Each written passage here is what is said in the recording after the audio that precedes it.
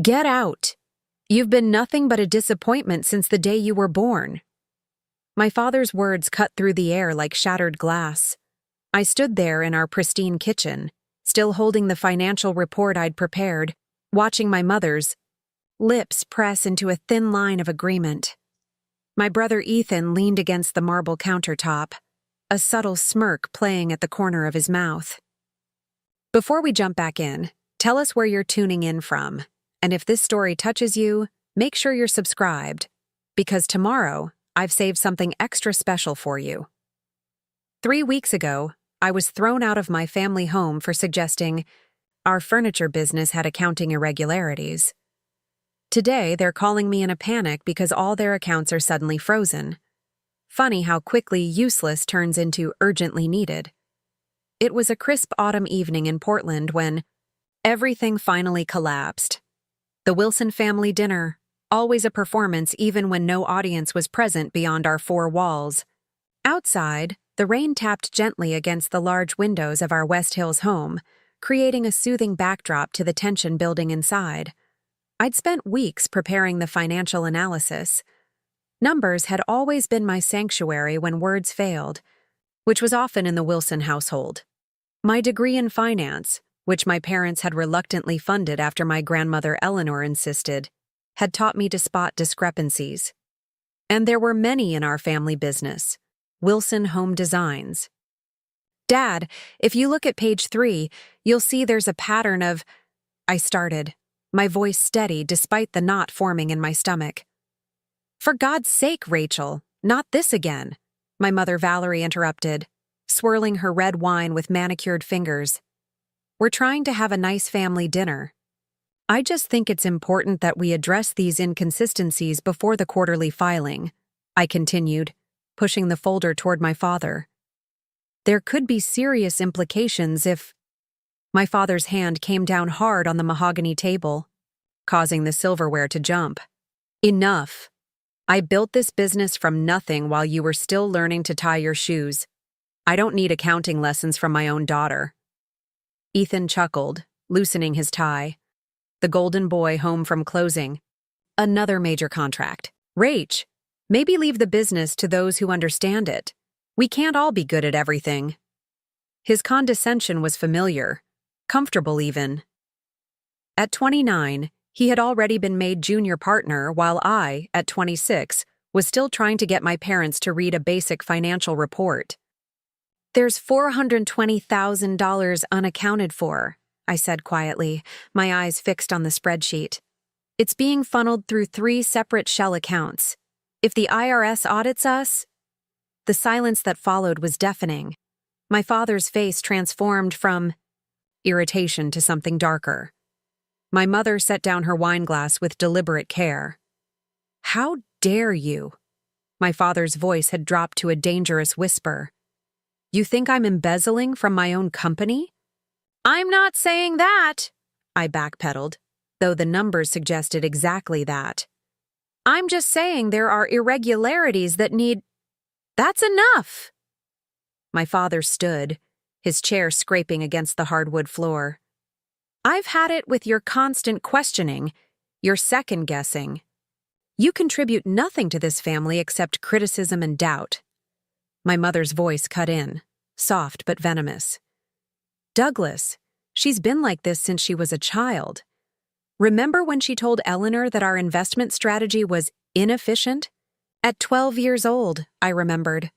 I also remembered how grandmother Eleanor had smiled and asked me to explain my reasoning, how she'd later adjusted her portfolio based on my suggestion and taken me for ice cream to celebrate when it paid off. "I'm just trying to help," I said, feeling the familiar tightness in my throat. "The business could be in serious trouble." "The business was fine before you decided to play accountant, and it'll be fine long after," my father snapped. "In fact, I think it's time you found somewhere else to live." The room tilted slightly. "What?" "You heard me. If you think so little of how I run this family and this business, then perhaps you shouldn't be benefiting from either." I looked to my mother, whose eyes were now fixed on her plate. To Ethan, who was examining his watch with sudden interest. No allies here, never had been. You can't be serious, I said, though I knew he was. This moment had been building for years, ever since grandmother Eleanor died and left me her investment portfolio instead of adding it to the family business, as everyone had expected. Dead serious, my father replied. Pack your things. Tonight. You're 26 years old and it's time you figured out what you're going to do with your life, because being a perpetual disappointment isn't cutting it anymore. I didn't cry. I didn't plead. I gathered my papers. With steady hands, tucked them into my leather portfolio, a graduation gift from Eleanor, and stood. For what it's worth, I said quietly. I never thought you were embezzling. I thought Ethan was. My brother's head snapped up, his face draining of color so quickly I almost laughed. But my father was already shoving back from the table. Get out! You've been nothing but a disappointment since the day you were born. I walked to my room with measured steps. The guest room, technically, since my childhood bedroom had been converted to Ethan's home office the minute I left for college. I pulled out the emergency duffel bag I'd kept packed since I was 16, another habit my therapist had noted with concern. 30 minutes later, I stood on the front porch of the only home I'd ever known, a single suitcase and my laptop bag. Beside me. No one came to say goodbye. The door had locked with a decisive click behind me. The Uber driver who picked me up was kind enough not to comment on my silence. I directed him to the Pacific Inn, a modest motel on the outskirts of town. The kind of place the Wilsons would never dream of stepping foot in, which made it perfect. The room was small but clean. A double bed with a faded floral comforter. A desk that wobbled slightly. A bathroom with thin towels and single-use soaps. I set my laptop on the desk and opened it, the blue light harsh in the dimly lit room. My phone buzzed once. A text from Zoe. You okay? You left the group chat suddenly. I hadn't spoken to Zoe in weeks, maybe months. Childhood friendships are hard to maintain when one of you is busy climbing the corporate ladder and the other is, well, whatever I was. Got kicked out. I'm fine. At Pacific Inn. I typed back, then added, Don't tell anyone. 3 dots appeared immediately. OMG, stay there, coming. I set the phone down and opened my banking app. The emergency fund I'd been building since I was 18 stared back at me. $12,483.92. Not nothing, but not enough to last long in Portland. I'd need to find work quickly. My second open tab showed the login page for Wilson Home Design's financial system. As head accountant, a position my father had begrudgingly given me last year because, at least you're good with numbers, I still had administrator access. I hadn't been officially fired, just disowned. The cursor blinked at me. I could log in right now and download evidence of every financial irregularity I'd found. I could send it to the IRS or the SEC. I could burn it. All down with a few clicks. Instead, I closed the laptop. Not tonight. Tonight, I needed to figure out my next move. A knock on the door an hour later revealed Zoe, holding a pizza box and a 6-pack of hard cider. Her dark hair was pulled back in a messy bun, and she wore the same Portland State University sweatshirt she'd had since our freshman year. You look terrible, she said, pushing past me into the room. But I come bearing the traditional offerings for crisis management. For the first time since dinner, I felt the knot in my throat loosen just slightly. Zoe set the pizza on the desk and turned to look at me, arms crossed. Spill. Everything. Now. So I did.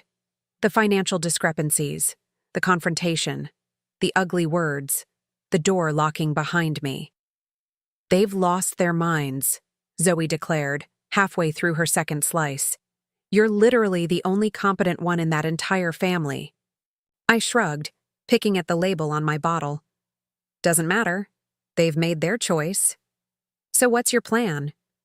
I hadn't thought that far ahead. Find a job, I guess. Somewhere that isn't tied to my father's connections. Zoe nodded, considering. You could stay with me until you find a place. My roommate's boyfriend practically lives with us anyway, so her room is basically free. Thanks, but I need to do this on my own. The words surprised me as they came out, but I realized they were true. I've spent my whole life trying to earn a place at their table. Maybe it's time I built my own. Very poetic, Zoe said dryly. But seriously, what's your next move? I opened my laptop again, this time navigating to job listings. First thing, tomorrow, I'm going to start applying for financial analyst positions, every company in Portland if I have to. And tonight? I looked around the small motel room. Tonight, I'm going to sleep in a bed that isn't under Douglas Wilson's roof, and that's victory enough for now. Zoe stayed until almost midnight, helping me draft a resume that didn't center around my experience at Wilson Home Designs. When she left, the silence settled around me like a weight. I lay on the too-soft mattress, staring at the water stain on the ceiling that vaguely resembled the state of Oregon, and pulled out my phone one last time. No missed calls. Preparing and narrating this story took us a lot of time, so if you are enjoying it, subscribe to our channel. It means a lot to us. Now back to the story. No texts from my family asking if I was safe, where I was staying. Just an email notification from my banking app. Your scheduled transfer to savings has completed. Life continuing as normal, even when nothing was normal anymore. I set an alarm for 6 a.m. and closed my eyes. Morning arrived with harsh sunlight through thin curtains and the distant sound of traffic. For a moment, disorientation clouded my mind before reality settled back in. Right. Motel. Disowned. Jobless. I showered quickly, dressed in one of the 2 professional outfits I'd packed, and headed out. The morning air was crisp with early autumn, leaves beginning to turn gold at the edges. I walked the 3 blocks to Cornerstone Coffee, where the Wi-Fi was reliable and the staff didn't rush customers nursing a single cup for hours. The barista, his name tag read Miguel, raised an eyebrow at my request for their cheapest coffee and the Wi-Fi password. Job hunting? He asked, punching in my order. That obvious? He shrugged. Get a lot of you in here. Economy's rough. He slid the coffee across the counter and added a blueberry muffin. On the house. Brain food. The unexpected kindness nearly broke my carefully maintained composure. Thank you, I managed, taking my unexpected breakfast to a corner table. I spent the next 4 hours submitting applications to every financial position I could find. Banks, investment firms, insurance companies, tech startups, retail corporations, anywhere that might need someone who understood money and how it moved. By noon, I'd sent out 23 applications and finished my 3rd coffee refill. My phone buzzed. Unknown number. I answered cautiously. Rachel Wilson? A woman's crisp voice. Yes, speaking. This is Diane from Apex Solutions. We received your application this morning for our financial analyst position. Are you available? For a phone interview now. I straightened in my chair. Absolutely. Excellent. I'll transfer you to Marcus Hendricks, our CFO. A click, then a deep voice. Ms. Wilson, Marcus Hendricks here. I have your resume in front of me. Impressive experience at Wilson Home Designs. Any relation? I hesitated. My family's company. Yes. Interesting. And you're looking to make a change because I believe my skills would be better utilized in a different environment, I said carefully. Wilson Home Designs is a successful company, but I'm looking for challenges in the fintech space. I see. Papers shuffled on his end. Your application mentioned discovering and correcting accounting discrepancies that saved your previous employer potential audit issues. Can you elaborate on that without disclosing confidential information? This was tricky territory. I implemented reconciliation protocols that identified systematic errors in expense categorization, I said. Not technically a lie. The corrections prevented potential compliance issues. Impressive. And your references? I notice your previous Supervisor isn't listed. My direct supervisor recently left the company, I lied smoothly. I've included Professor Harold Jacobs from Portland State, who supervised my senior thesis on fraud detection algorithms, and Zoe Patel, who collaborated with me on several financial forecasting projects. The interview continued for another 20 minutes. By the end, Marcus sounded interested but cautious. We'll be in touch within the week, Ms. Wilson. Thank you for your time. I hung up, exhaling slowly. It wasn't an offer, but it was something. A possibility. I gathered my things and headed back to the motel, stopping at a grocery store to buy a week's worth of non-perishable food. The room had a mini fridge, but no microwave, limiting my options. Back in my temporary home, I opened my laptop again and logged into my personal email. Nothing of interest except a reminder about my grandmother Eleanor's trust fund payment scheduled for next month.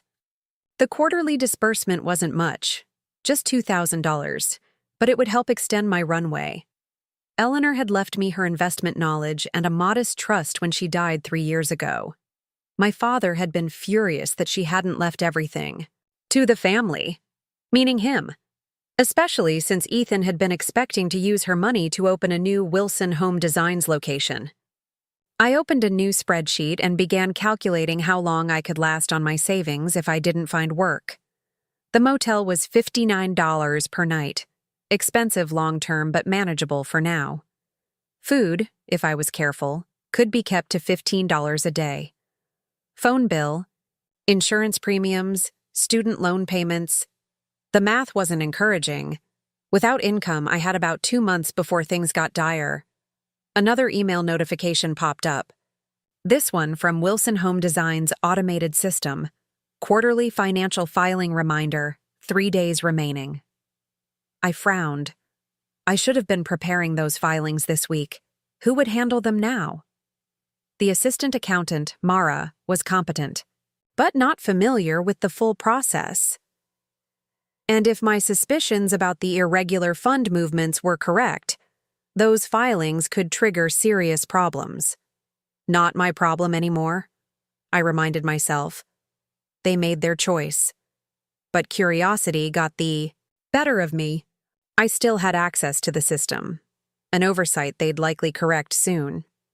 I logged in just to check if the issues I'd flagged had been addressed. They hadn't. In fact, there was a new transaction. $145,000 transferred from the main business account to something called EMD Consulting, a vendor I'd never heard of. I ran a quick search.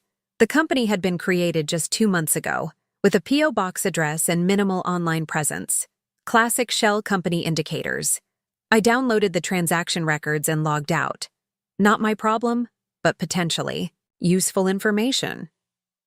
My phone buzzed again, this time a text from Ethan. Where are those quarterly filing templates? Mara can't find them. I stared at the message. No. How are you? No. Sorry about last night.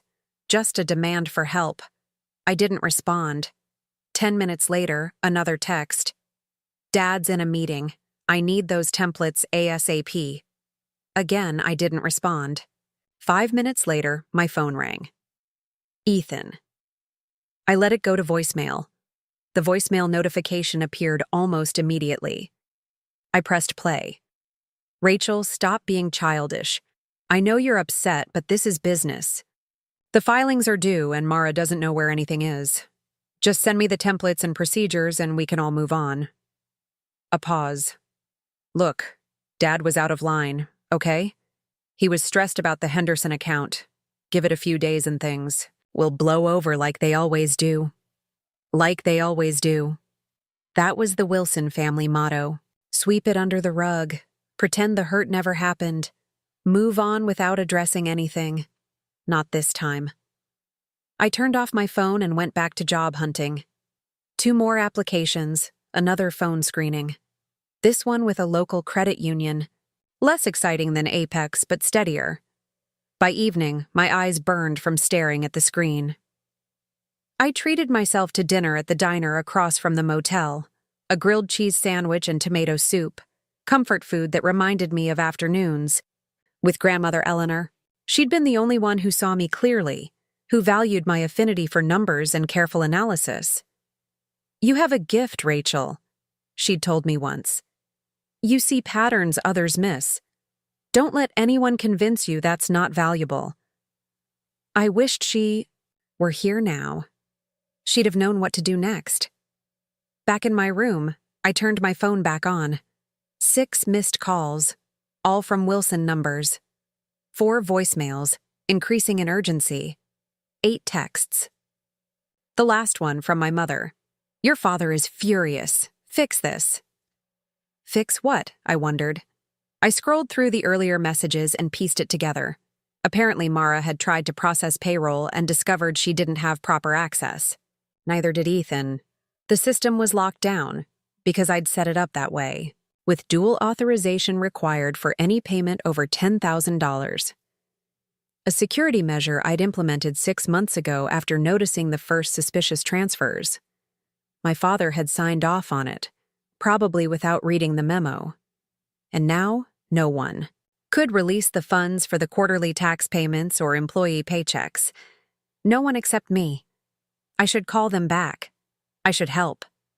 These were innocent employees who needed their paychecks. But something stopped me. If I swooped in to save the day, nothing would change. I'd still be the disappointment they only valued when they needed something fixed. I checked the time.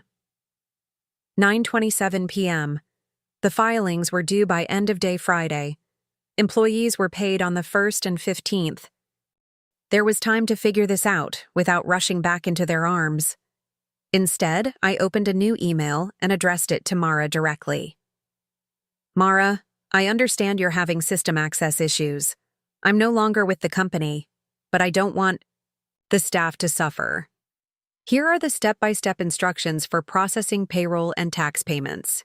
I detailed the process carefully, including screenshots, but deliberately omitted the final authorization step that would require my credentials.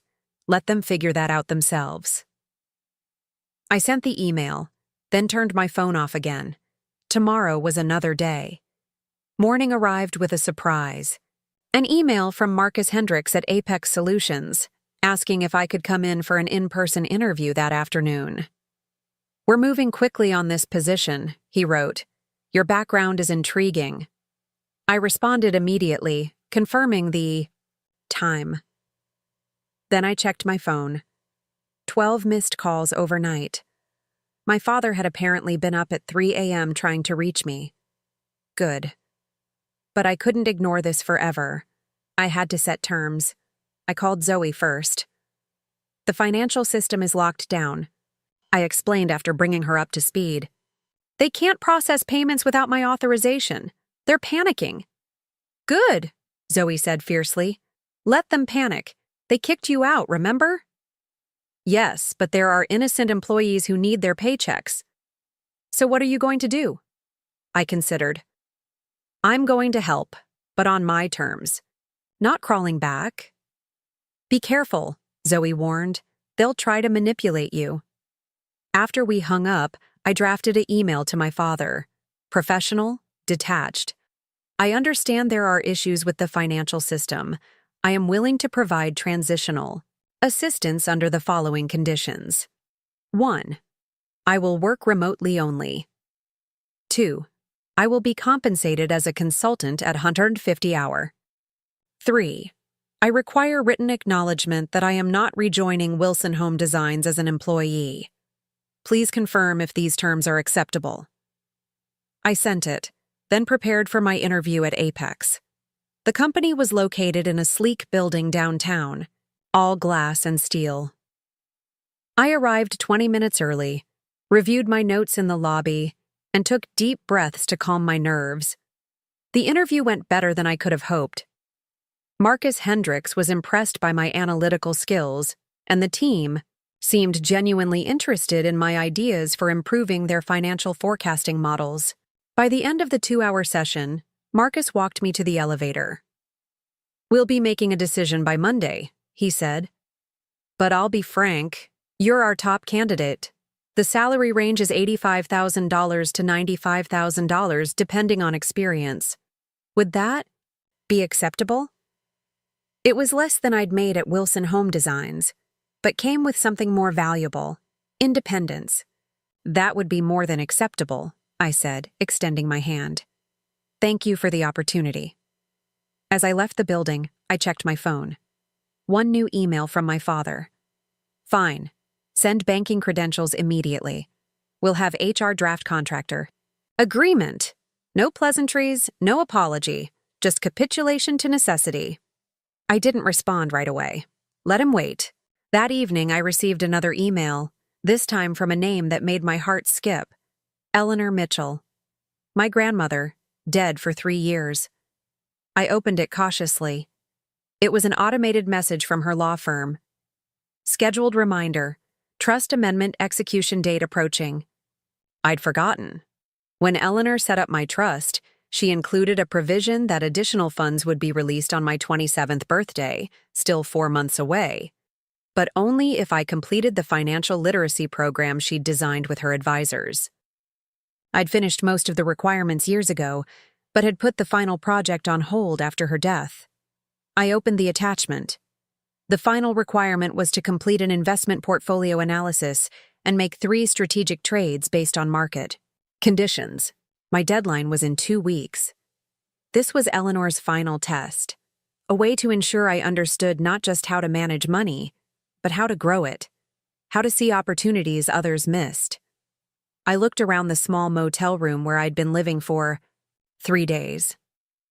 At my suitcase, still mostly packed because there was nowhere to unpack it. At my laptop, my lifeline to a new future.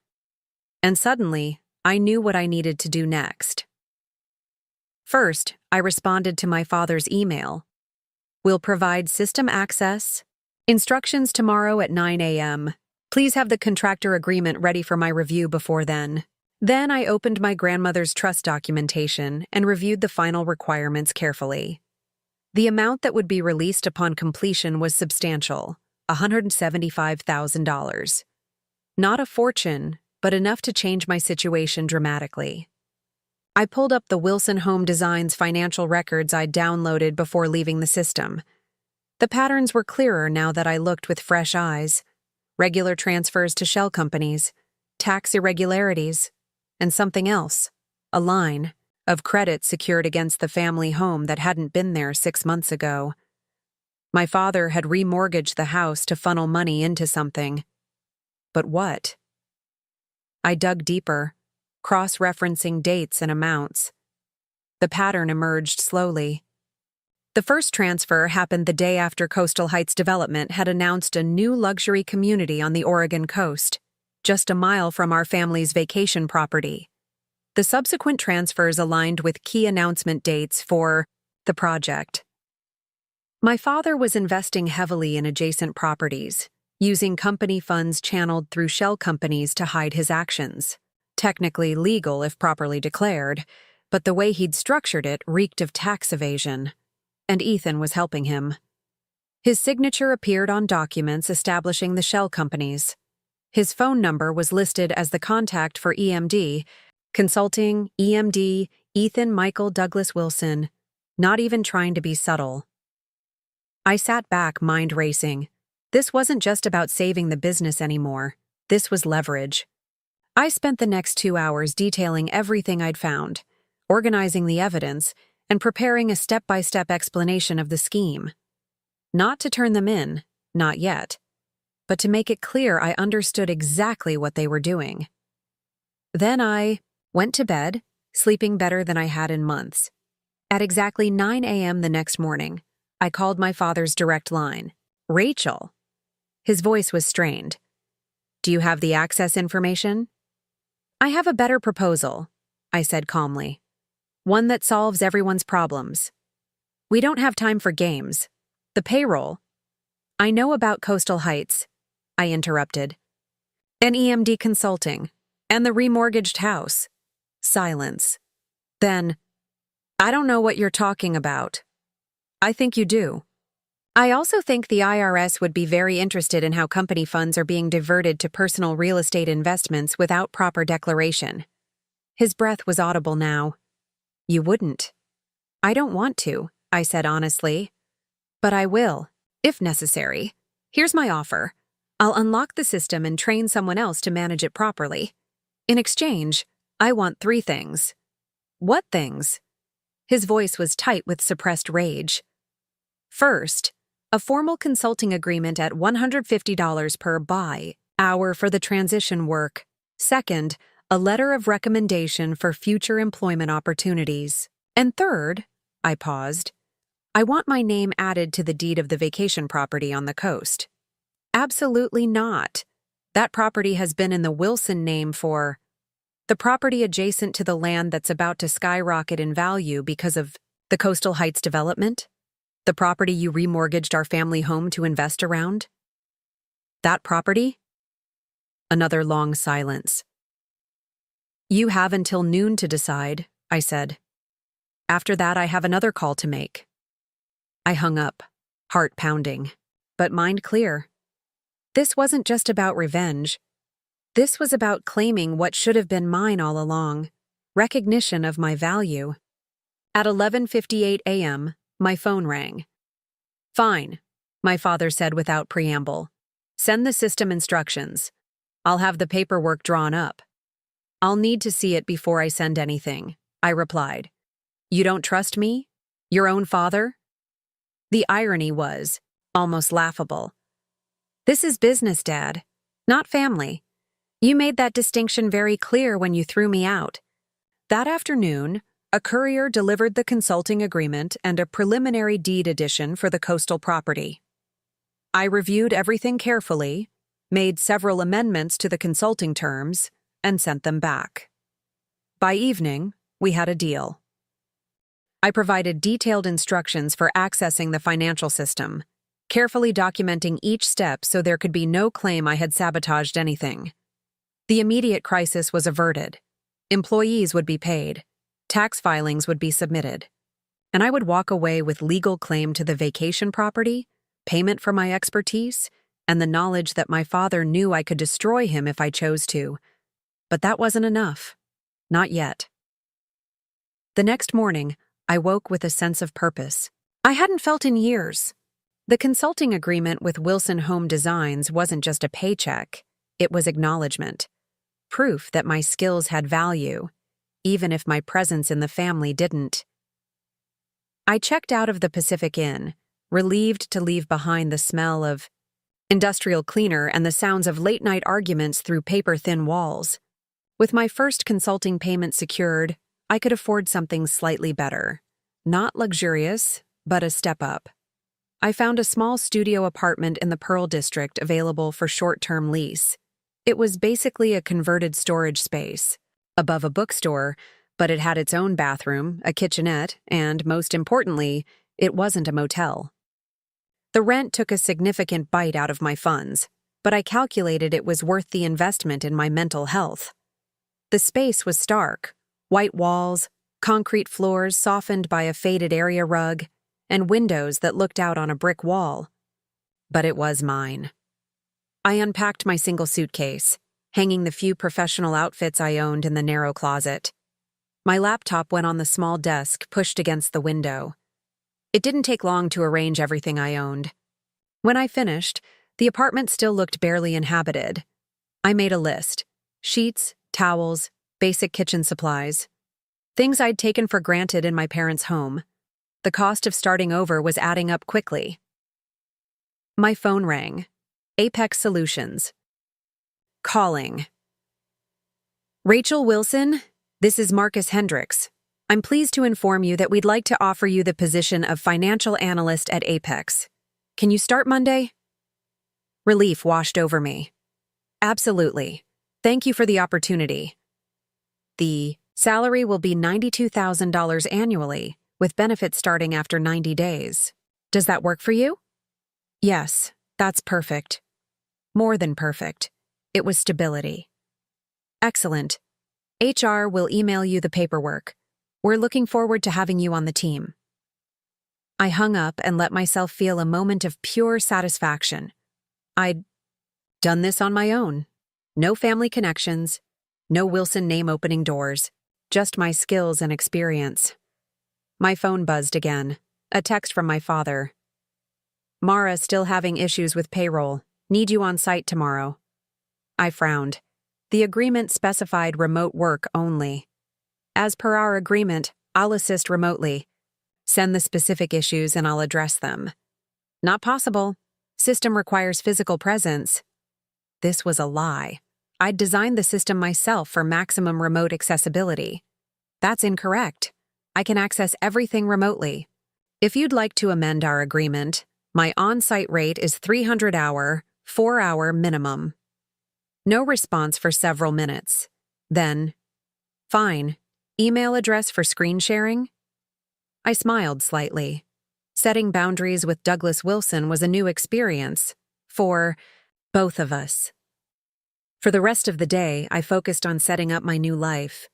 I purchased basic necessities, set up utilities in my name, and began working on my grandmother's final trust requirement.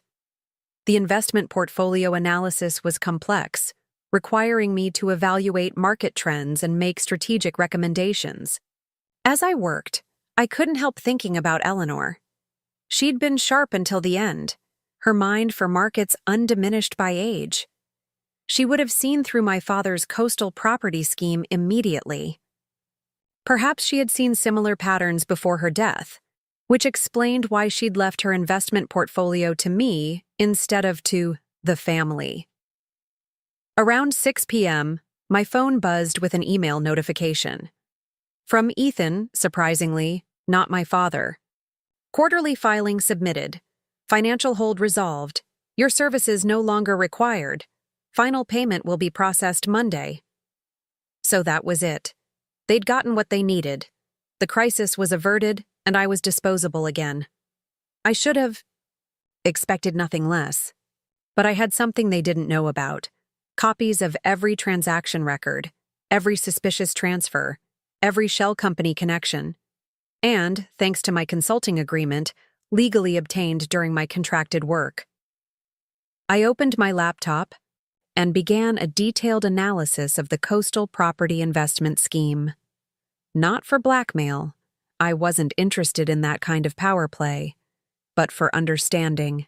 Knowledge was leverage, and I needed all the leverage I could get. 2 hours into my research, a knock at my door startled me. I wasn't expecting anyone, and few people knew my new address. I approached cautiously and checked through the peephole. Zoe stood in the hallway, carrying takeout bags. "Housewarming," she announced when I opened the door. "Plus, I figured you probably haven't eaten anything that didn't come from a vending machine in days." She wasn't wrong. The aroma of Thai food made my stomach growl embarrassingly loud. "How did you find me?" I asked, clearing a space on the small table. "You shared your location with me 3 years ago and never turned it off," she said, unpacking containers. Very careless for a financial security expert. I laughed, the first genuine laugh in what felt like weeks. Fair point. As we ate, I filled her in on the consulting agreement, the property deed edition, and my new job at Apex. "Look at you," Zoe said, impressed. 3 days ago, you were kicked out with nothing but a suitcase.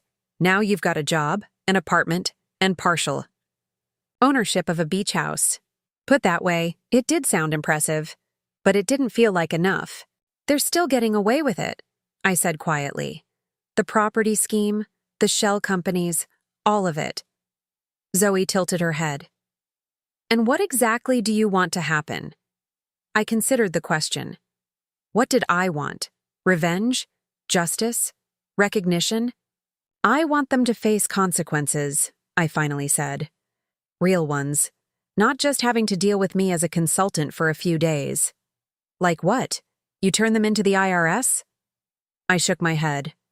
That would hurt innocent employees. The company could fold. People would lose jobs. So what then? I didn't have an answer yet, but I was starting to form an idea. After Zoe left, I returned to my grandmother's trust requirements. The investment portfolio analysis was straightforward. Enough.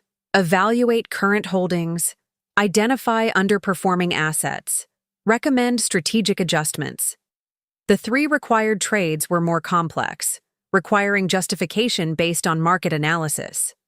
I stayed up until 2 a.m. working on it, not because it was particularly difficult, but because I wanted it to be perfect. This was Eleanor's final test, her way of ensuring I was ready for whatever she was leaving me. When I finally crawled into bed, my mind was still racing with numbers, projections, and possibilities. Not just for the trust, but for what I might do about Wilson Home Designs. Morning arrived too quickly, sunshine streaming through the single window of my studio. I made coffee in my new basic coffee maker and returned to work on the trust requirements. By noon, I'd completed the portfolio analysis and identified my 3 strategic trades. Looking over my work, I felt confident Eleanor would have approved. I sent everything to her law firm with a brief note explaining my rationale for each decision. Now I had to wait. The weekend passed quietly.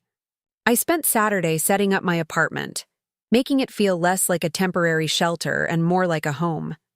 Sunday was dedicated to preparing for my first day at Apex.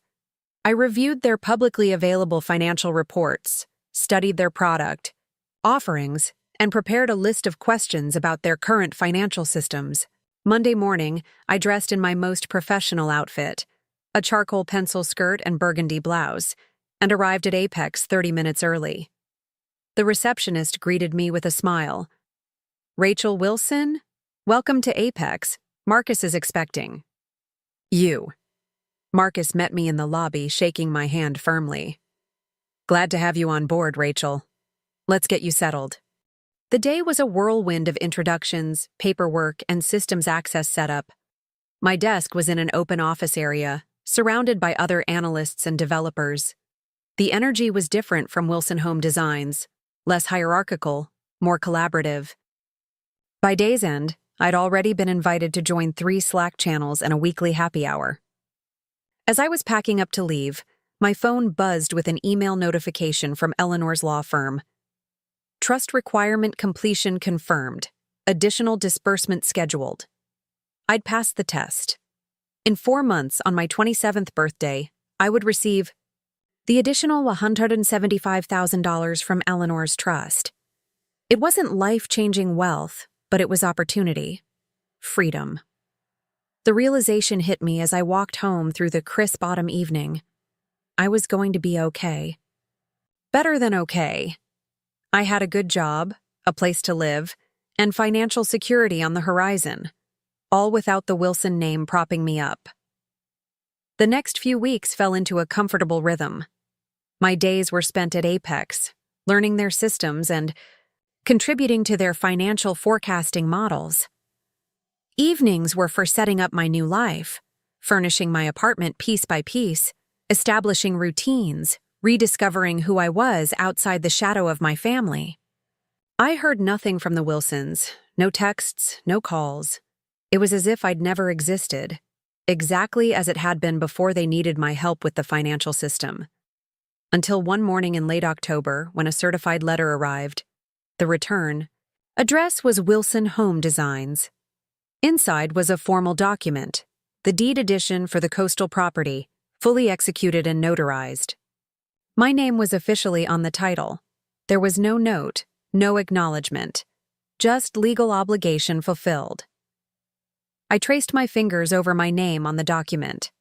Rachel Eleanor Wilson, co-owner of the Wilson family's most sentimental property, the beachfront cottage where we'd spent summers when I was a child. Before Ethan became the golden child, before I became invisible, I remembered sandcastles and bonfires, my father teaching me to fish from the small dock, my mother collecting shells along the shoreline. Happy memories from a time when I still believed I belonged. The property wasn't just real estate. It was history, connection. And now it was partly mine. But why comply now, weeks after the crisis had passed? Why not fight me on it, or simply ignore the agreement? The answer came that evening in the form of a news alert on my phone. Coastal Heights. Development announces expanded project scope. I clicked through to read the article. The luxury development near our family's coastal property had just secured additional funding and expanded their plans. Property values in the area were projected to increase by 40% within the year. This explained my father's shell company investments.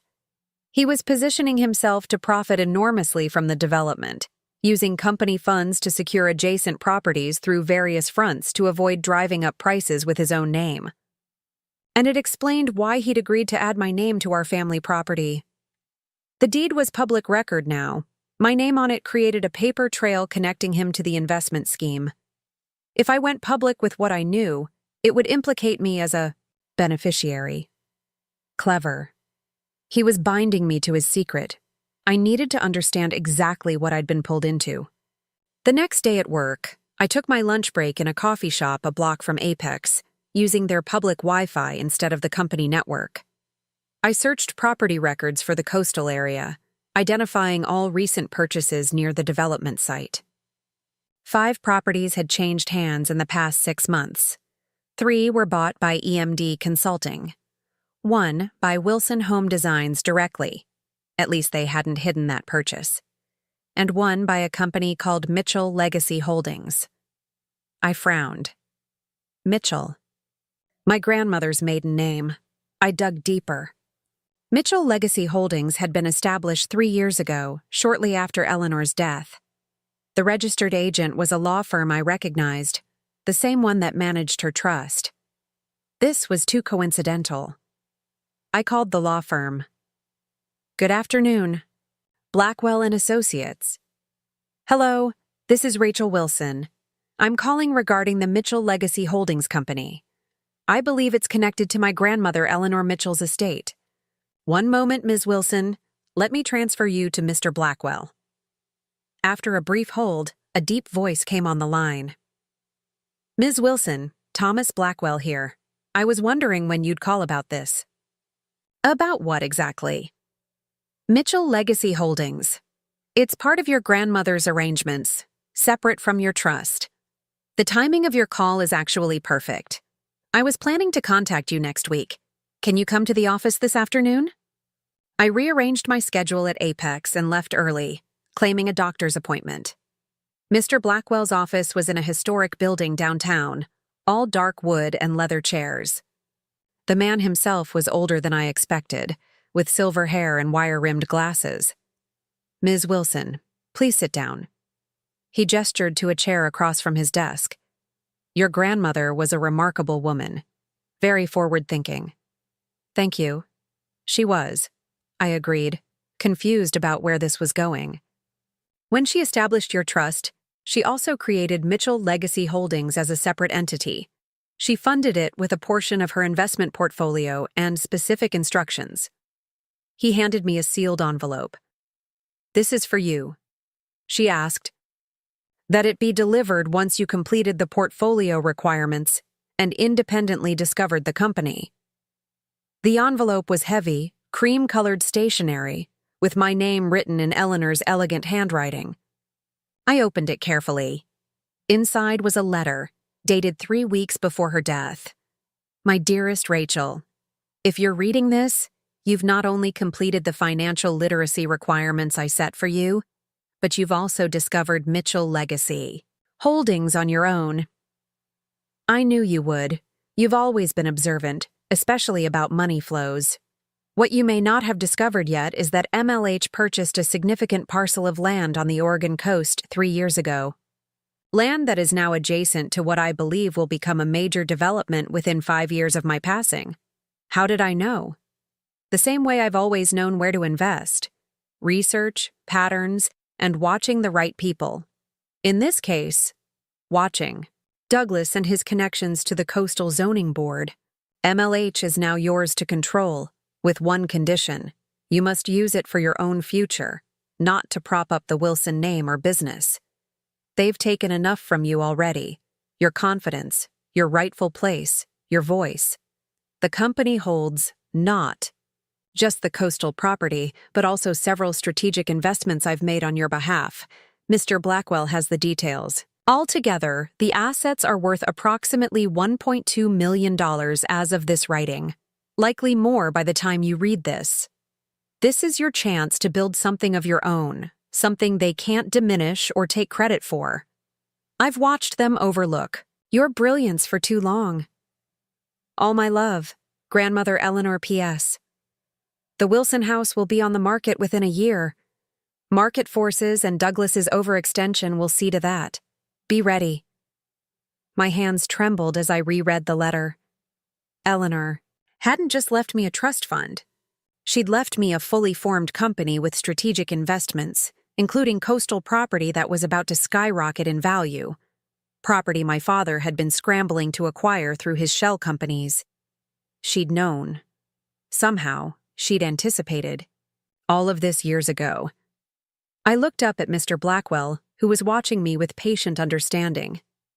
There's more, he said, sliding a folder across the desk.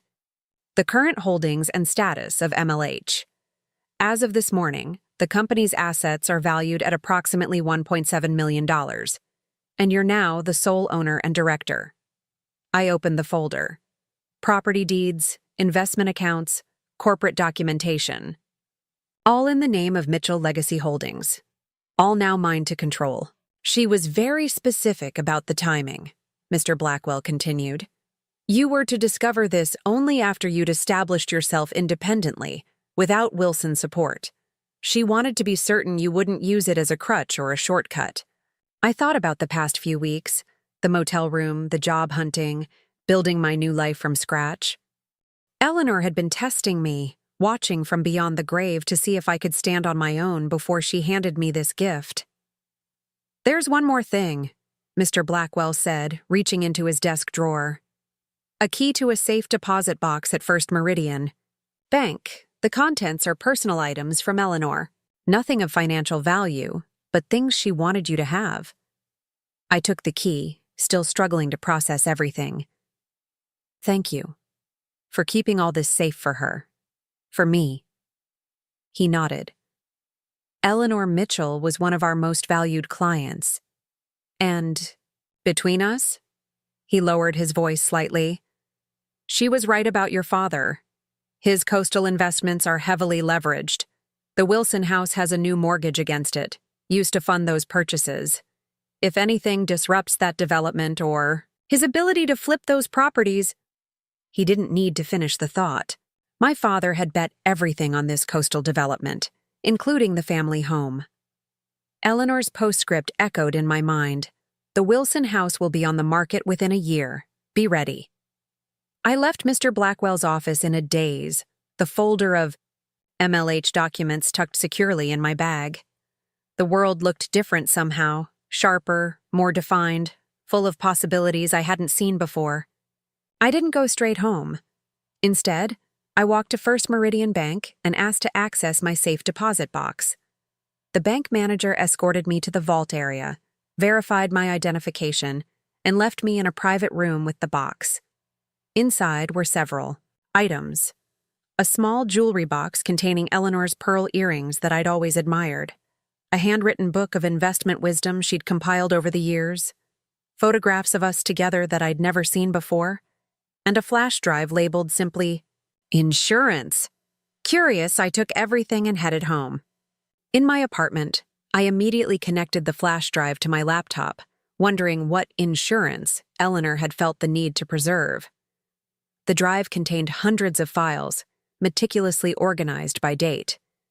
Emails, financial records, board meeting. Minutes, personal notes, all documenting my father's business practices over the past 15 years. Many showed questionable decisions, conflicts of interest, tax maneuvers that skirted legality. Eleanor had been collecting evidence, not to expose him, but to protect herself, and ultimately me. The final folder was labeled Douglas Wilson, Coastal Investment Strategy.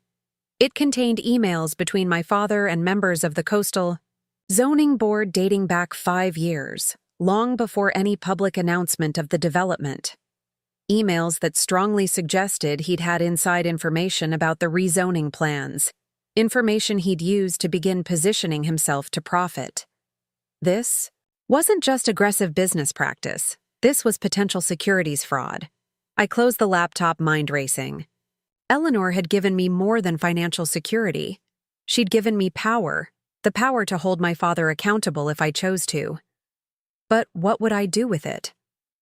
The question haunted me over the next few days as I settled into my role at Apex and began learning about Mitchell Legacy Holdings in depth. The company was well structured, with diversified investments beyond just the coastal property. Eleanor had built something sustainable, something that could grow. On Friday evening, I finally visited the beach property that was now partially mine. I took the 2-hour drive along the coast highway, watching the scenery change from city to forest to ocean views. The cottage sat on a bluff overlooking the water, its weathered blue paint peeling slightly, the wooden deck worn smooth by years of footsteps and salt air. I used my old key, half expecting it not to work, but the door opened with the same familiar creak. Inside, everything was exactly as I remembered from my last visit 4 years ago. The mismatched furniture, the collection of seashells on the mantel, the faded photographs on the walls, including one I'd forgotten. My 10th birthday, celebrated here at the cottage.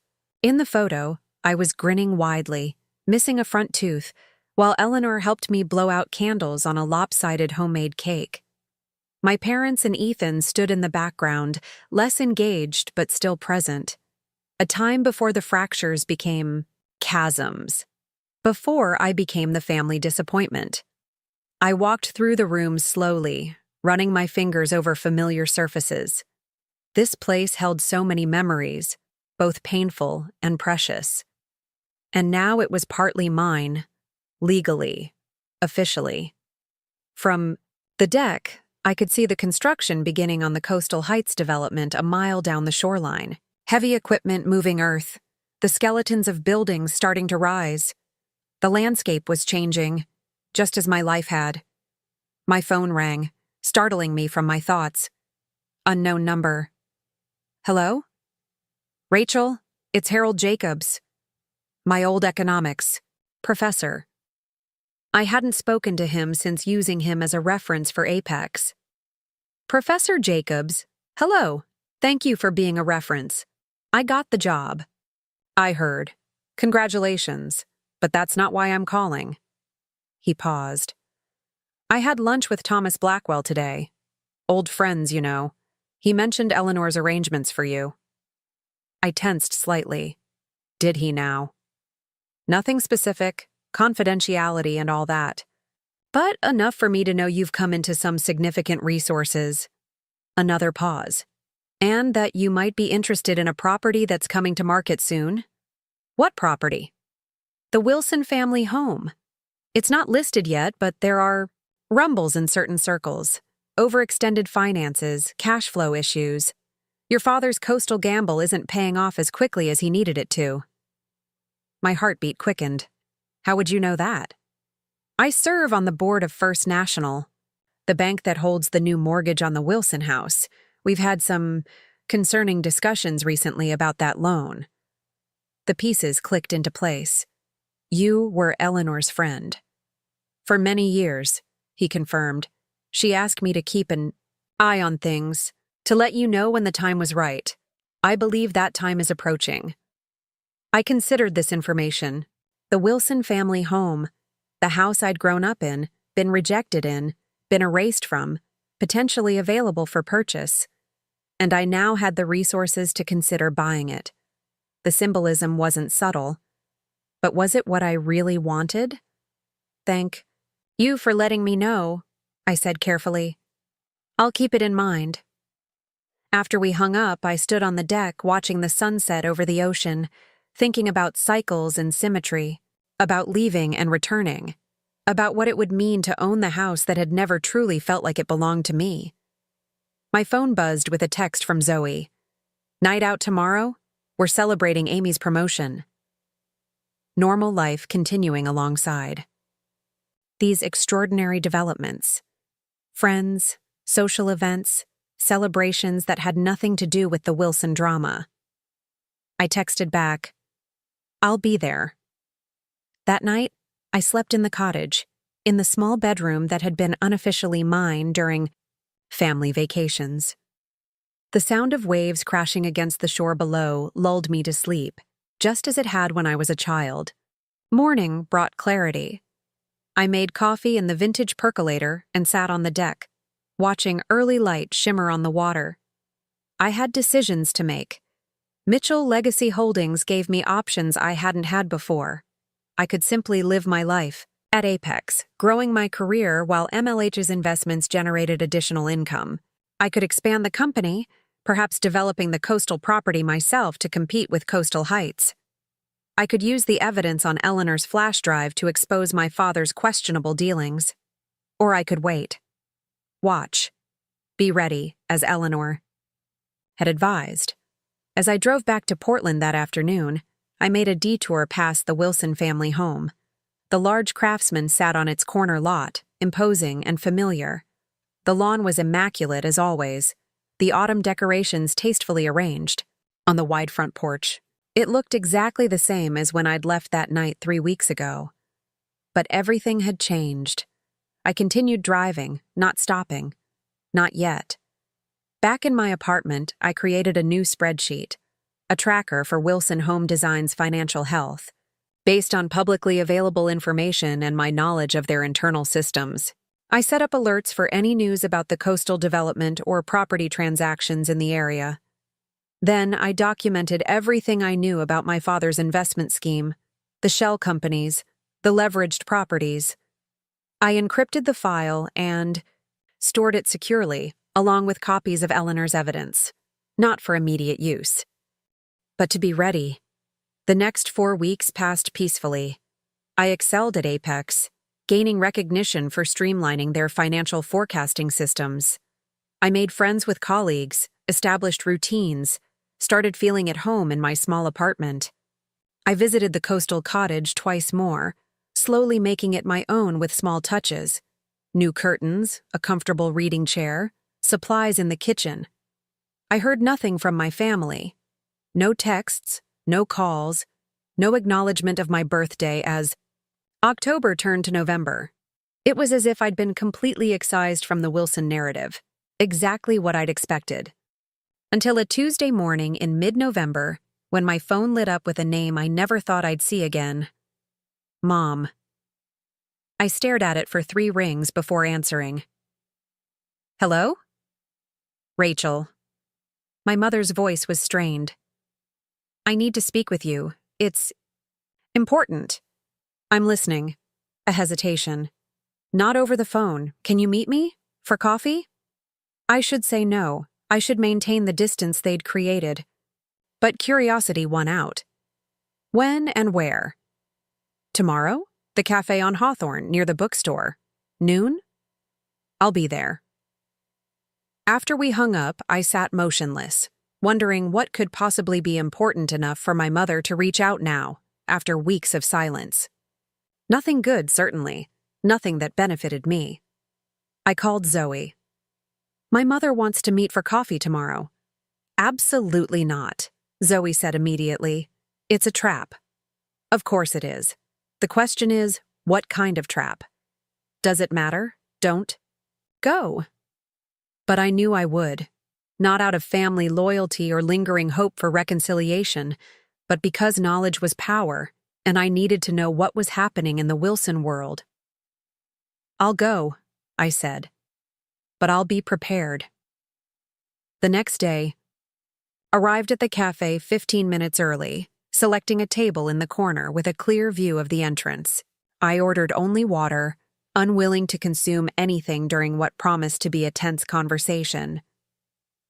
My mother arrived precisely at noon, dressed impeccably as always in a camel coat and silk scarf. Her eyes scanned the room, landing on me with a flash of something, recognition, regret, calculation. It was gone too quickly to identify. She approached my table, hesitating before sitting. Rachel, you look well. Thank you, I replied, not returning the pleasantry. You wanted to talk. She clasped her hands on the table, her wedding ring catching the light. Yes, it's about the house. Interesting. Not home, but house. A subtle distancing. What about it? We're considering selling. The market is strong, and your father is exploring new investment opportunities. Her carefully constructed explanation told me nothing I didn't already know. I'm aware of his coastal investments, I said. Her slight flinch confirmed my suspicion, that she'd hoped I remained ignorant. Why are you telling me this? She sighed, a practiced sound. Because you're on the deed for the cottage. If we sell the main house, we'd want to sell that property as well. As a package. Ah, now it made sense. They needed my signature to sell the cottage, the property that was now partially mine, thanks to our agreement, the property that was increasing in value daily as the Coastal Heights development progressed. I'm not interested in selling, I said simply. Her mask slipped for a moment, frustration breaking through. Rachel, be reasonable. The cottage is a family property. It should remain with the family. I am family, I reminded her. Or have you forgotten that in the week since you stood by while Dad threw me out? She had the grace to look momentarily ashamed. That was unfortunate. Your father was under tremendous pressure. You know how he gets. Yes, I do, which is exactly why I'm not signing anything. She leaned forward, lowering her voice. There's more to this than you understand. The coastal development isn't progressing as expected. There are delays, environmental reviews, financing issues. Your father's investments are frozen. We need to liquidate assets. Interesting. Harold Jacobs had been right. The coastal gamble wasn't paying off quickly enough, and now my father was in a cash crunch. So sell the house, I suggested. You don't need the cottage for that. We need both, she insisted, to cover the leveraged positions. Now we were getting to the truth. My father had overextended himself, using the family home as collateral for his investment scheme, and now that scheme was faltering. I'm sorry to hear that, I said, not feeling sorry at all. But I've grown quite attached to the cottage. Grandmother Eleanor and I spent a lot of time there, you know, before she was written out of the family narrative, too. My mother flinched again. No one was written out. You chose to leave. Is that the story you're telling now? That I walked out voluntarily that night? That Dad didn't tell me to get out? That I was a disappointment? That I'd ruined everything? She looked away. Families argue. People say things they don't mean. And yet no one called to apologize. No one checked if I had a place to stay. No one cared until you needed my help with the financial system. And now no one cares again until you need my signature. I stood up. The answer is no. I won't be selling my portion of the cottage. My mother's expression hardened. Rachel, don't be vindictive. This affects all of us. It affects you, I corrected. It affects Dad's poor financial decisions. It affects Ethan's complicity in those decisions. It has nothing to do with me. If you won't sell, at least talk to your father. He has a proposal. I almost laughed. A proposal? Let me guess. He wants me to invest in his coastal scheme? Use my grandmother's money to bail him out? Her silence confirmed my guess. This was beyond audacious. This was delusional. Goodbye? Mom, good luck with the house sale. I walked out, not looking back to see her expression. Outside, the November air was brisk, matching my mood. My mother's revelation confirmed what I'd suspected. The Wilson finances were in trouble. The coastal investment wasn't paying off fast enough to cover the leveraged positions. They needed liquidity, and they needed it soon. They'd kicked me out, erased me from the family, then expected me to rescue them financially. The sheer entitlement was breathtaking. But a small, quiet part of me, the part that still remembered birthday cakes at the cottage and fishing lessons on the dock, felt a twinge of satisfaction. Not at their troubles, but at finally being seen. They might not value me as a daughter, but they recognized my power now. Power I'd built myself, with Eleanor's help. Power I could use however I chose. Eleanor's words echoed in my mind. The Wilson House will be on the market within a year. Be ready. I was ready. But what exactly was I preparing for? Revenge? Justice? Or something else entirely?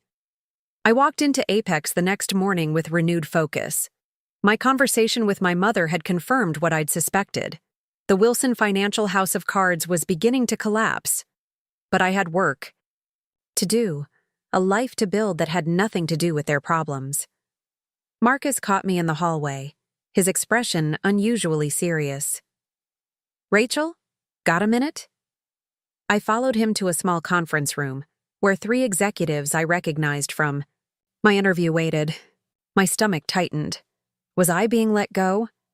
Had my family somehow sabotaged my new position?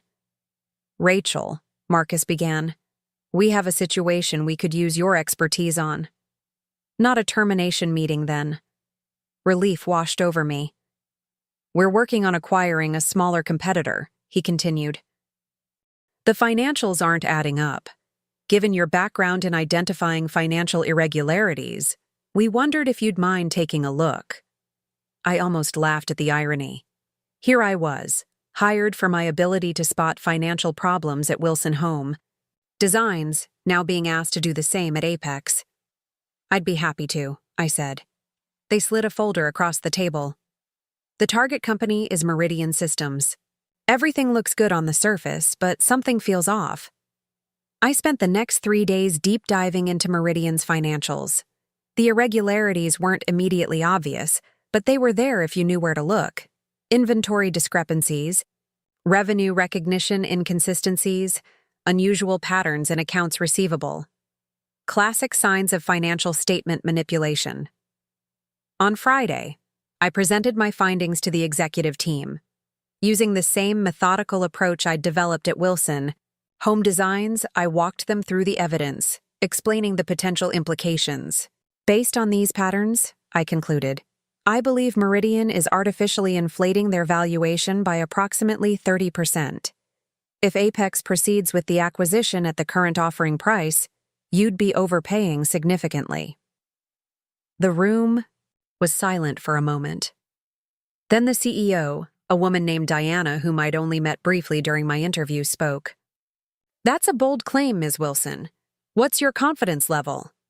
"Very high," I replied without hesitation. "The patterns are consistent across multiple quarters. This isn't an accounting error. It's deliberate manipulation." Diana nodded slowly. "Marcus, pull the acquisition team together. We need to reconsider our approach." She turned to me. "Thank you, Rachel. This may have saved us from a very expensive mistake." As everyone filed out, Marcus lingered. "That was impressive work. How did you spot what our entire finance team missed?" I thought of all the hours spent examining Wilson Home Designs books, looking for discrepancies, developing an eye for financial sleight of hand. Experience, I suppose, and a good teacher. Well, Diana noticed. Don't be surprised if there are conversations about advancement in your near future. I returned to my desk feeling a strange mixture of pride and melancholy. My skills, honed at Wilson Home Designs under Eleanor's guidance, were finally being recognized, just not by my family. As I packed up to leave for the weekend, my phone buzzed with a text from an unknown number. "Rachel, it's Mara from WHD. Need to talk. Important. Can I call you?" Mara, the assistant accountant I'd worked with at Wilson Home Designs. We'd never been close, but she'd always been professional and competent. I hesitated, then texted back. "Okay, now is fine." My phone rang immediately. "Rachel, thank you for taking my call." Mara's voice was tight with stress. "I wouldn't bother you, but I don't know who else to talk to." "What's going on?" "Things are not good here. After you left, your father brought in a new financial advisor. He's making changes to the accounting systems. overriding controls, asking me to process transactions without proper documentation. My stomach tightened. What kind of transactions? Large transfers to the shell companies you flagged before, more mortgages against company assets, and... She lowered her voice. I think they're preparing to sell the main house. Nothing I didn't already know, but interesting that Mara was concerned enough to reach out. Why are you telling me this? I asked carefully. Because it doesn't feel right. And because they're trying to blame the previous irregularities on you. I sat up straighter. Excuse me? Your father told the board that you had implemented unnecessary security measures to create problems, that you'd been moving money improperly. He's suggesting the issues were your doing, not his. Of course he was. Classic Douglas Wilson. Find a scapegoat, preferably someone who couldn't defend themselves. Except this time, I could. Mara, are you someplace private? Yes, I'm in my car. I need you to be very careful about what you document and say at work. If my father is setting me up to take a fall, he might do the same to anyone who questions him. I know. That's why I'm calling from a burner phone. This surprised me. Practical, cautious Mara had gone to significant lengths to reach out safely. Rachel, there's more. They're planning to list the house next week, and they've hired a lawyer to challenge your ownership of the coastal property. This was new information. On what grounds? They're claiming the consulting agreement was signed under duress, that you extorted them during a crisis. I almost laughed. They have no case. The agreement was properly executed, reviewed by their legal team. I know, but they're desperate. The coastal development is stalled. Environmental concerns, permit issues. Your father's investments are underwater and he needs cash. I considered this information. Thank you for telling me, Mara, but why risk your job for this? A pause. Because what they're doing isn't right. And because you were the only one who ever treated me like a professional instead of a secretary. After we hung up, I sat in my car, processing this new development.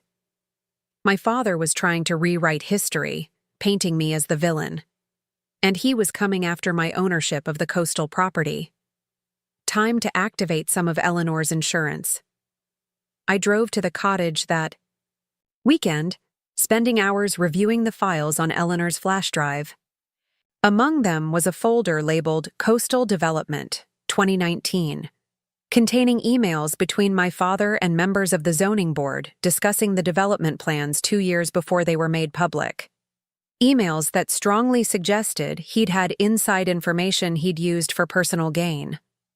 I created copies of the most damning correspondence, storing them securely in multiple locations, not to use immediately, but to have ready if needed.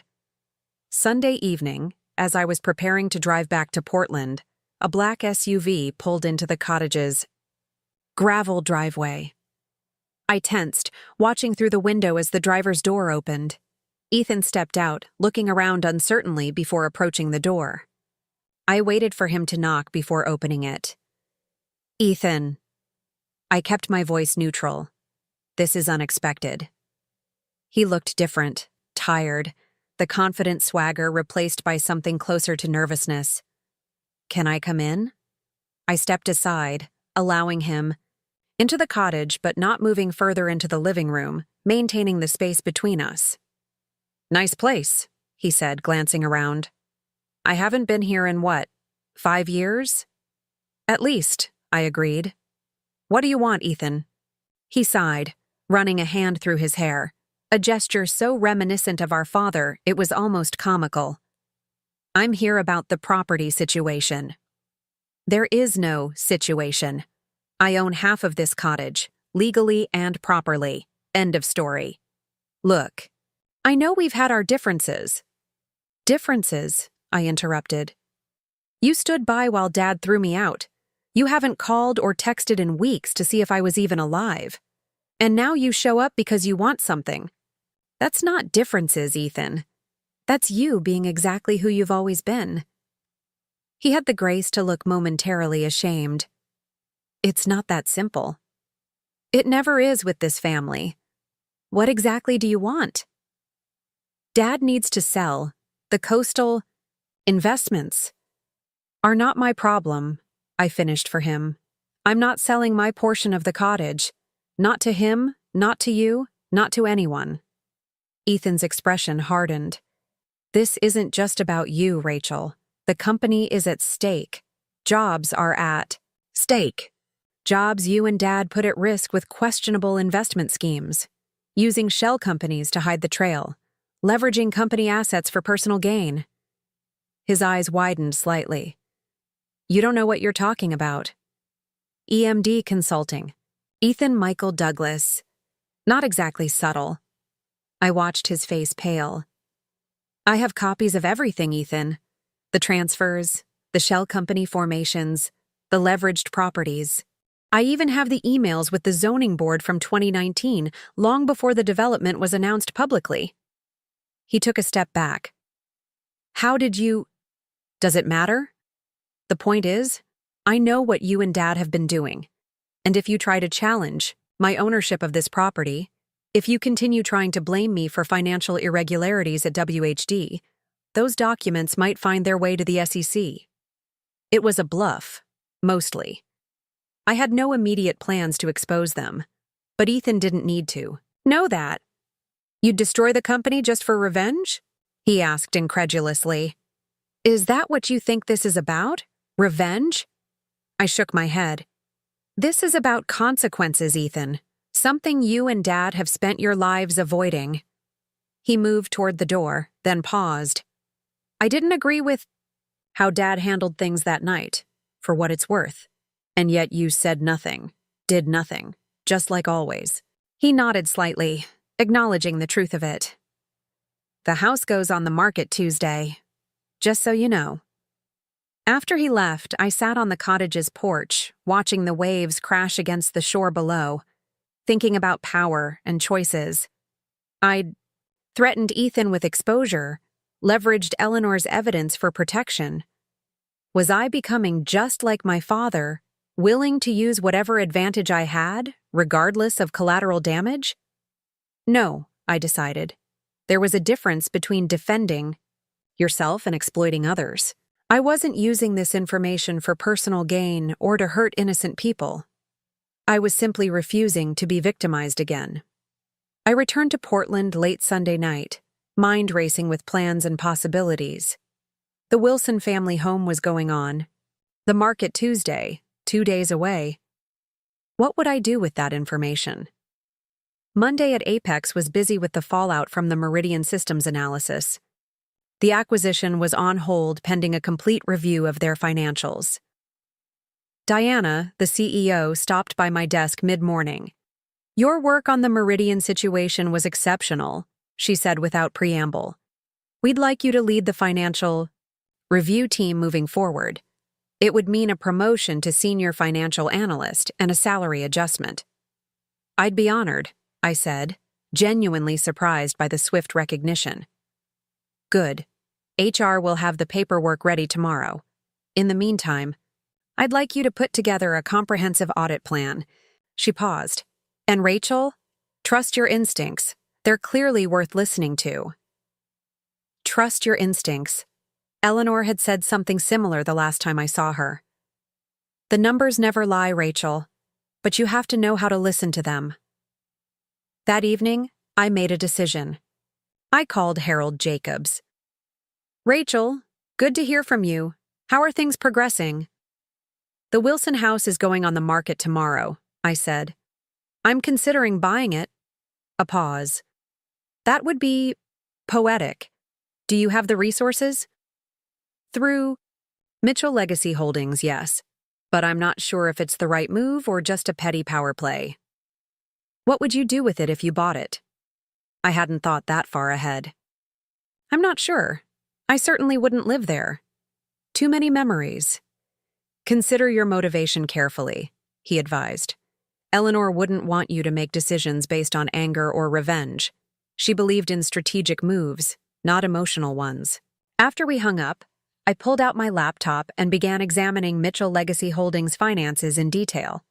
The company had significant liquid assets, enough to purchase the Wilson home outright if I chose to. But was that the best use of those resources? What would Eleanor have done? I closed my eyes, imagining her sitting across from me, sharp eyes, assessing the situation. She wouldn't act from emotion. She'd analyze the investment potential, the strategic advantages, the long-term implications. The Wilson house was in a desirable neighborhood. Property values had been steadily increasing for years. From a pure investment standpoint, it was solid. But there were other considerations. I opened a new spreadsheet and began analyzing different scenarios. Buy the house outright. Make a lowball offer contingent on inspection issues. Let someone else buy it.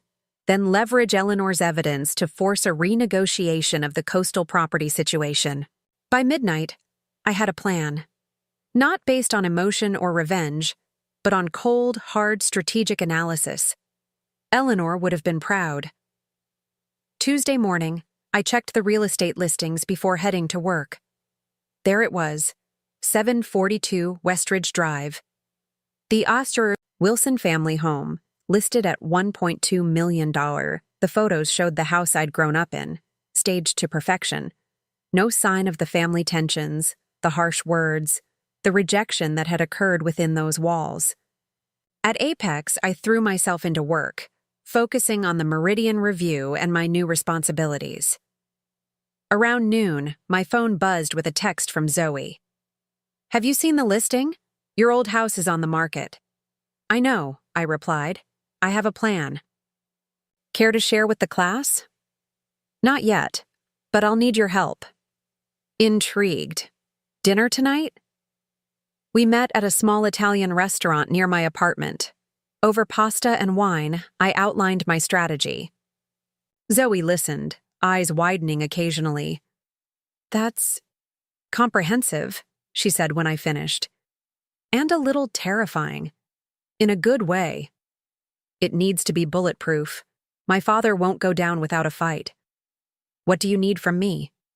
"Documentation. As my friend, you can visit the open house without raising suspicion. I need photos of specific areas. Any visible water damage, cracks in the foundation, issues with the roof." "You want me to find problems with the house?" "I want you to document what's already there. My father has been deferring maintenance. For years, focusing on cosmetic updates instead of structural issues. The beautiful listing photos won't show the leak in the upstairs bathroom or the crack in the basement wall." Zoe nodded slowly. Ammunition for a lowball offer. Exactly. And something else. I slid a small device across the table. "This is a moisture meter. Use it on the walls in the northeast corner of the basement. There's been water infiltration there since I was a kid. Dad always patched and painted over it before inspections." "Devious. I like it." She pocketed the device. "When's the open house?" "Sunday. Wear something expensive looking. Blend in with the target market." The rest of the week passed in a blur of work and preparation. I met with a real estate attorney, recommended by Mr. Blackwell, setting up Mitchell Legacy Holdings to make the offer through a subsidiary to hide my connection. I arranged financing, though I could have paid cash, to maintain the appearance of a normal transaction. Sunday arrived clear and crisp. Perfect open house weather. I stayed away, of course. My presence would immediately alert my parents to my interest. Instead, I waited anxiously for updates from Zoe. Her first text came mid-afternoon. "Here now. House is packed. Your mother looks stressed." Then, "Dad talking to a couple who seem very interested. Overheard mention of tech money." And finally, "Mission accomplished. Heading out now. Meet at your place in 30? Zoe arrived bearing detailed photos and moisture readings as requested, plus an unexpected bonus. A copy of the seller's disclosure statement she'd managed to snag. "You were right about the basement," she reported, showing me moisture readings well above acceptable levels. And there's a new crack in the living room ceiling that they've tried to conceal with paint. I reviewed the photos methodically, comparing them with the disclosure statement. They've failed to disclose the water damage and the foundation issues. That's actionable. There's something else, Zoe said, hesitation in her voice. I overheard your dad talking to the real estate agent. They already have a pending offer. From someone named Meredith Cole. I froze. My cousin Meredith? I think so. They seem to know each other. This was unexpected. Meredith had always been close to Ethan. They'd bonded over their shared disdain for me. Why would she be buying the house? The plot thickens, I murmured. Let me make some calls. I contacted my real estate attorney first, explaining the new development, then Harold Jacobs, who promised to investigate through his banking connections. The call that yielded. Results came Monday morning. Harold, voice low and serious. The offer on the house isn't from Meredith Cole directly. It's from a company called MCW Investments. MCW? Meredith Cole Wilson? Almost certainly. But here's the interesting part. The financing is coming through a subsidiary of Wilson Home Designs. Your cousin is fronting the purchase, but it's really your father buying his own house through a shell company. This made no sense. Why would he sell his house to himself? Insurance fraud, most likely. The house is overinsured and there's a new policy with liberal terms for water and structural damage. If the house suffers a catastrophic event after the sale, I understood immediately. He collects the insurance payout without the suspicion that would come from claiming on his own property. Exactly. Plus, it gets the house off his personal balance sheet while maintaining control through his cousin. Classic Douglas Wilson shell game. My mind raced. This changed everything. My father wasn't just selling the house out of financial necessity. He was setting up an insurance scam. And if the scheme failed, Meredith would be left holding the bag, not him. I modified my plan accordingly. Instead of making an immediate offer, I waited, watching through online records as the sale to MCW Investments progressed. The closing was scheduled for Friday, 5 days away. On Wednesday, I executed the next phase. I had my attorney send a letter to the real estate agent, the title company, and the mortgage lender, outlining concerns about the transaction. Without directly alleging fraud, the letter raised questions about MCW Investments' relationship to the seller and the failure to disclose known structural issues. The response was immediate. The closing was delayed pending investigation. My father called me that evening, the first direct contact since the night he'd thrown me out. "What the hell do you think you're doing?" he demanded, not bothering with pleasantries. "I don't know what you mean," I replied calmly. "Don't play dumb. You sent that letter interfering with the house sale." I did no such thing.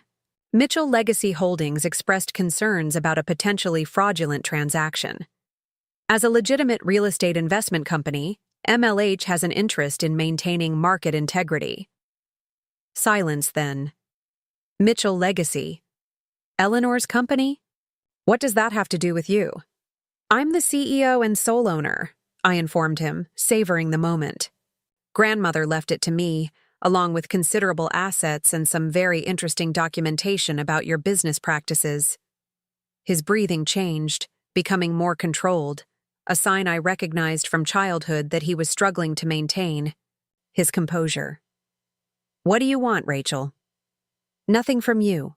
I'm simply ensuring that real estate transactions in my investment portfolio's target market remain above board." "Cut the crap! You're interfering to get back at me." "No, Dad. I'm protecting Meredith from becoming your patsy in an insurance fraud scheme. Did you tell her about your plans for the house after she bought it? Or was she supposed to be surprised by the basement flooding and structural collapse?" Another long silence. "You have no proof of anything." "I have the new insurance policy details. I have the connection between MCW Investments and Wilson Home Designs. I have documentation of the undisclosed water damage and foundation issues. What more do you think I need?" "You would destroy this family out of spite?"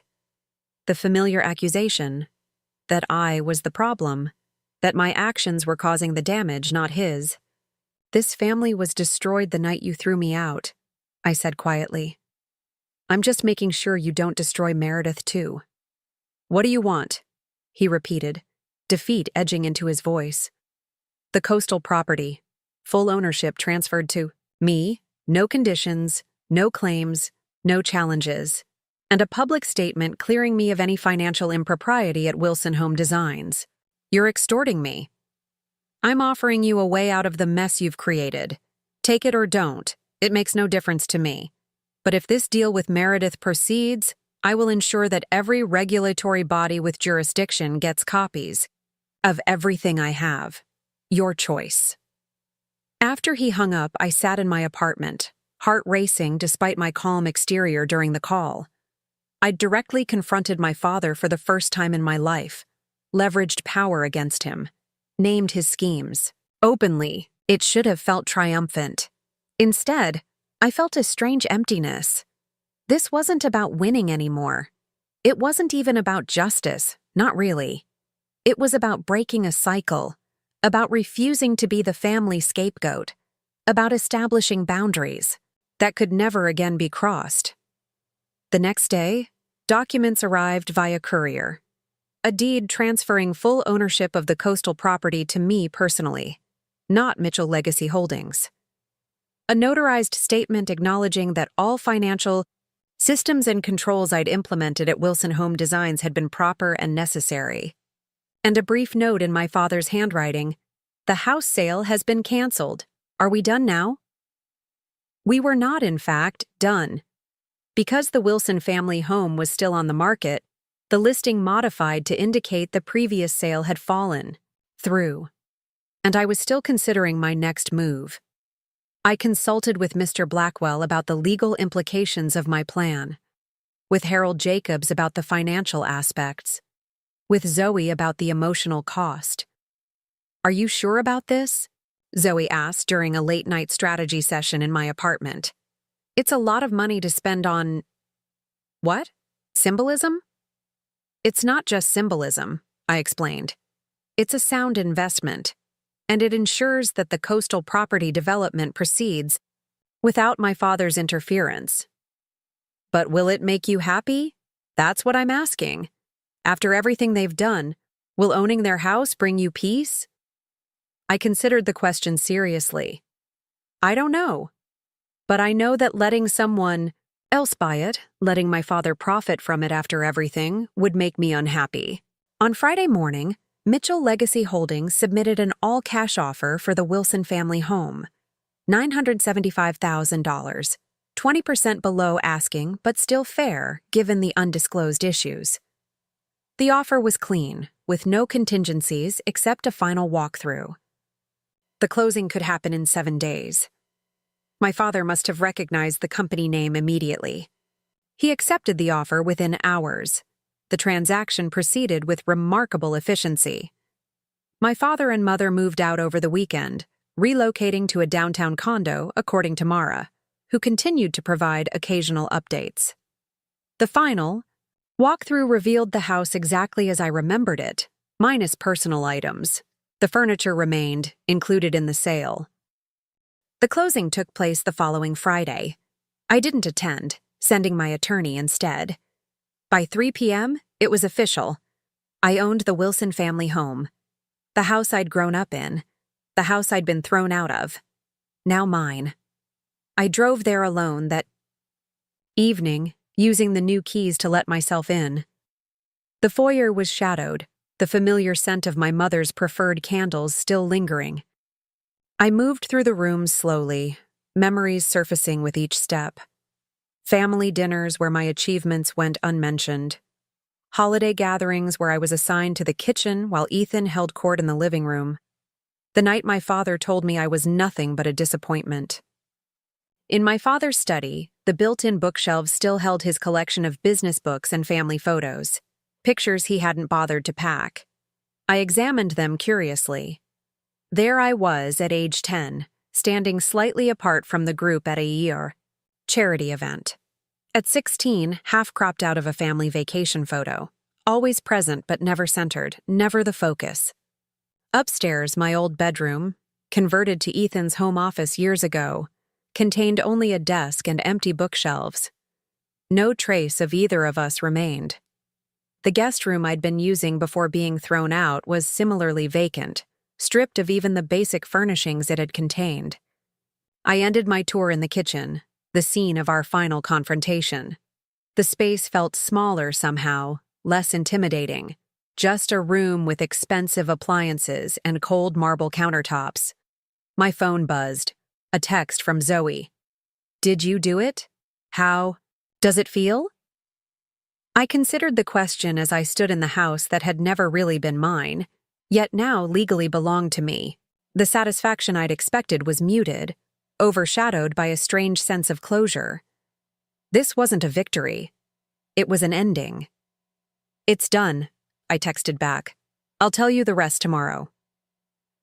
I spent one final hour examining the house methodically, noting issues that would need to be addressed, changes I wanted to make. Not for myself. I had no intention of living here. But for what would come next. As I locked the door behind me, I felt lighter somehow, as if I'd set down a burden I'd been carrying for years. The house keys in my hand represented not power or revenge, but possibilities. Not for erasing the past, but for building something new from its foundations. My phone rang as I reached my car. Unknown number. "Hello?" Rachel. My mother's voice, tight with what might have been either anger or tears. "I just wanted to say, the silver tea service. It was your grandmother's. I left it in the butler's pantry. I thought you should have it." Before I could respond, she hung up. The first acknowledgement, small as it was, that I deserved to keep. Something from our shared past. I drove back to my apartment, the weight of the day settling around me. Tomorrow, I would begin implementing the next phase of my plan, the part that had nothing to do with revenge and everything to do with transformation. The part I thought Eleanor would truly have approved of. The Wilson family home would serve a new purpose now. One that would honor her legacy far better than my father ever had. The morning after I purchased the Wilson family home, I woke with unexpected clarity. The satisfaction I'd anticipated feeling was present, but muted, overshadowed by a more pressing question: what now? I sat at my small kitchen table, coffee cooling in front of me, and called Harold Jacobs. "The purchase went through," I told him. "I own the house." "Congratulations," he said, though his tone suggested he wasn't entirely convinced this was cause for celebration. "Have you decided what you're going to do with it?" "I have some ideas. I'd like to get your perspective on one in particular." I outlined my plan, not fully formed yet, but taking shape. Harold listened without interruption, and when I finished, the silence stretched between us for several seconds. "Eleanor would have loved that," he finally said, warmth evident in his voice. "It's exactly the kind of strategic thinking she valued, addressing a need while creating something sustainable." "So you think it's viable, financially and logistically?" "With the right team and proper planning, absolutely. It won't be simple, but the best ventures rarely are." After we hung up, I opened my laptop and began researching what I'd need to make this work. By mid-morning, I had a preliminary outline and a list of professionals to contact. The first was an architect who specialized in adaptive reuse projects, transforming existing structures for new purposes while honoring their original character. I scheduled a meeting for the following afternoon at the Wilson house. Then I called. "Zoe, I need a favor," I said when she answered. "A big one. After everything that's happened, your definition of big favor concerns me," she replied, only half joking. "What is it?" "I need you to come with me to the house tomorrow. I'm meeting an architect there, and I don't want to do it alone." Zoe's voice softened. "Of course. What time?" The next day, we arrived at the house 30 minutes before the architect was due. I wanted to walk Zoe through the space, explain my vision before sharing it with a professional. So this is where you grew up, Zoe said as we entered, her eyes taking in the high ceilings, the expensive finishes, the carefully curated appearance of success. It's exactly how I imagined it would be. Too perfect? I suggested. Too staged, she corrected. Like a showroom, not a home. She wasn't wrong. The Wilson house had always been more about appearances than comfort, more showcase than sanctuary. I led her through the main floor, pointing out features and explaining my ideas. The living room opens to the dining room here, which could become a flexible space. The sunroom at the back gets amazing light, perfect for a reading area or small group work. You've really thought this through, Zoe observed as we moved upstairs. I've been thinking about it longer than I realized. I opened the door to what had once been my bedroom before it became Ethan's office. This would be ideal for the administrative area. It's separate from the main spaces, but still accessible. When we reached the third floor, once servants' quarters, later remodeled into a guest suite, I paused. This is where it gets complicated. The renovation up here was never properly permitted. We'd need to bring everything up to code. Why not just tear it out and start fresh? Zoe asked. Because there's good bones underneath the cosmetic updates. My father always took shortcuts, but the original craftsmanship is worth preserving. The doorbell rang just as we were heading back downstairs. The architect, Miranda Chen, was precisely on time. She was younger than I expected, perhaps in her early 40s, with a calm demeanor and observant eyes. Thank you for meeting me here, I said after introductions. I know it's an unusual project. Those are the most interesting ones, she replied with a slight smile. You mentioned on the phone that you're considering converting this residence into something new. Tell me more about your vision. I took a deep breath.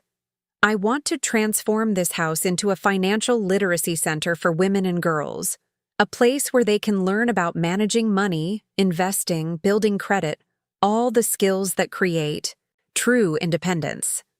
Miranda nodded, making notes. Inspired by personal experience? My grandmother, I said.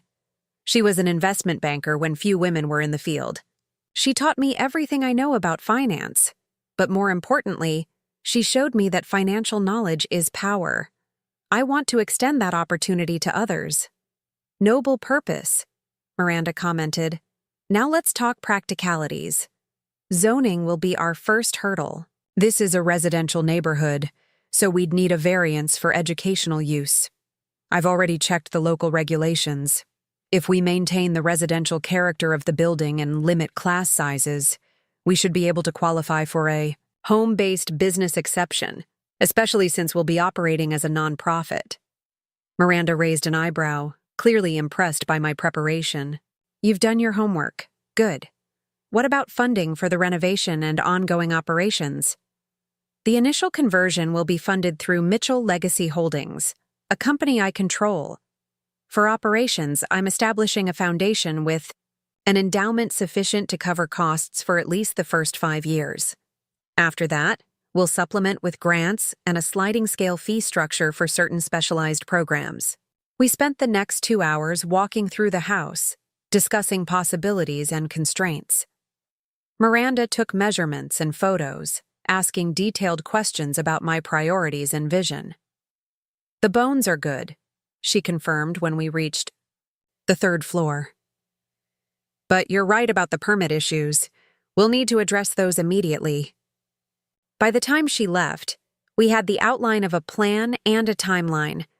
The renovation would take approximately 6 months once permits were secured. The cost was substantial, but manageable with Mitchell Legacy Holdings resources. This feels real now, Zoe said as we locked up the house. Are you ready for what comes next? Opening a nonprofit is a huge undertaking, especially with your family history attached to this place. That's exactly why it has to be here, I explained. This house represents everything I was told I couldn't be or have. Transforming it into a place that empowers others, that feels right. Have you told your family about your plans? I shook my head. They'll find out when the permit applications become public record. I don't owe them an explanation. But as the weeks passed and the project progressed, I found myself wondering how they would react. Would they see it as another act of defiance? Or would they recognize it for what it was? Not revenge, but reclamation? The renovation began in earnest by mid-December. I visited the site regularly, watching as the formal dining room was transformed into a classroom, as the kitchen became a gathering space designed for financial workshops, as my father's study, the room where he'd made so many decisions that prioritized appearance over substance, became a resource library filled with books about investing, entrepreneurship, and economic empowerment. The work was therapeutic in a way I hadn't anticipated. Each wall removed, each space reimagined, felt like dismantling the rigid structure of my childhood and rebuilding something more genuine in its place. At Apex, my career continued to flourish. The Meridian Systems analysis had established my reputation as someone with exceptional financial insight. I was promoted to senior financial analyst ahead of schedule, with a corresponding salary increase and expanded responsibilities. Marcus pulled me aside after the promotion announcement. "The executive team is impressed with your work, Rachel. Diana mentioned you specifically in the last board meeting." "That's flattering," I said, genuinely surprised by the high-level recognition. "It's deserved. But I'm curious. With everything you've accomplished here, why are you spending so much time on this nonprofit venture? Not that it isn't admirable, but it must be consuming a lot of your energy." I considered how to explain something I was still coming to understand myself. "It's about legacy," I finally said. "My grandmother taught me that true wealth isn't just about accumulation. It's about impact. This center is how I honor her lessons." Marcus nodded slowly. "I get that. Just don't burn yourself out. We have big plans for you here." By January, word of the renovation had spread through neighborhood channels, and it was only a matter of time before my family heard about it. The confirmation came on a Tuesday evening when my phone displayed a name I'd never expected to see again: Dad. I let it ring 3 times before answering. "Hello? A financial literacy center?" His voice was controlled, but I could hear the tension underneath. "You're turning our family home into a school?" "A nonprofit educational foundation," I corrected. "And it's my house now. I can do whatever I want with it." "This is about embarrassing us, isn't it? Making some public statement about how we failed you?" The accusation stung, not because it was true, but because it revealed how little he understood me even now. "Not everything is about you, Dad. This is about creating something positive from a place that held a lot of negativity for me. It's about giving other women the tools to be financially independent. Tools you learned from us, in our business. Tools I learned from Grandmother Eleanor, despite your best efforts to minimize and dismiss them." I kept my voice level. "The Eleanor Mitchell Center for Financial Independence will help ensure other women don't face the same obstacles I did." Silence stretched between us. Then, "You're naming it after her." "Of course I am.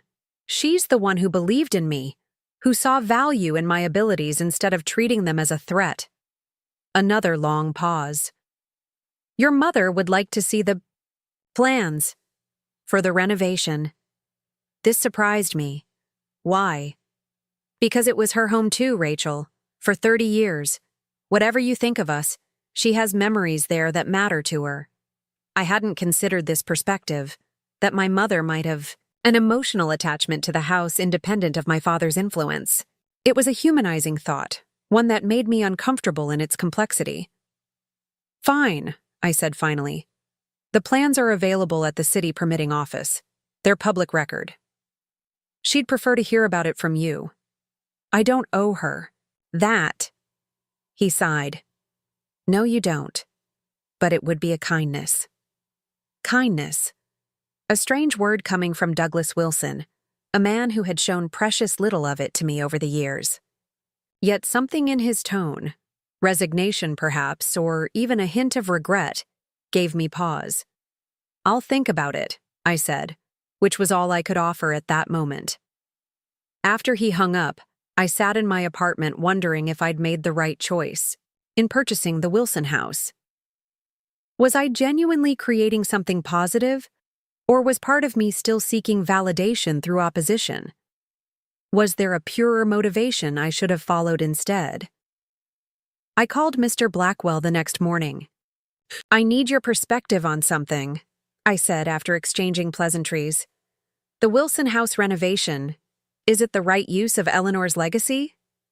"What's prompting this question?" he asked carefully. My father called. He seemed to think, the project is about embarrassing them, making some kind of public statement. And is it? I considered the question honestly. Not entirely, not primarily, but I can't say the thought of them seeing the house transformed doesn't give me some satisfaction. "Rachel," Mr. Blackwell said gently, "mixed motivations are part of being human. Eleanor herself wasn't above a certain strategic showmanship when it served her purposes. The real question is whether this project aligns with your values and creates genuine good. Do you believe it does?" "Yes," I said without hesitation. "Financial education changed my life. It gave me options when I had nothing else. I want that for other women." "Then proceed with confidence. The fact that you're questioning your motivations suggests you're approaching this with the right mindset." His words reassured me, but I still found myself thinking about my mother's request to see the plans. Despite everything, there was a part of me that wanted her to understand what I was creating, to see that this wasn't just about rejecting the past, but building something new from it.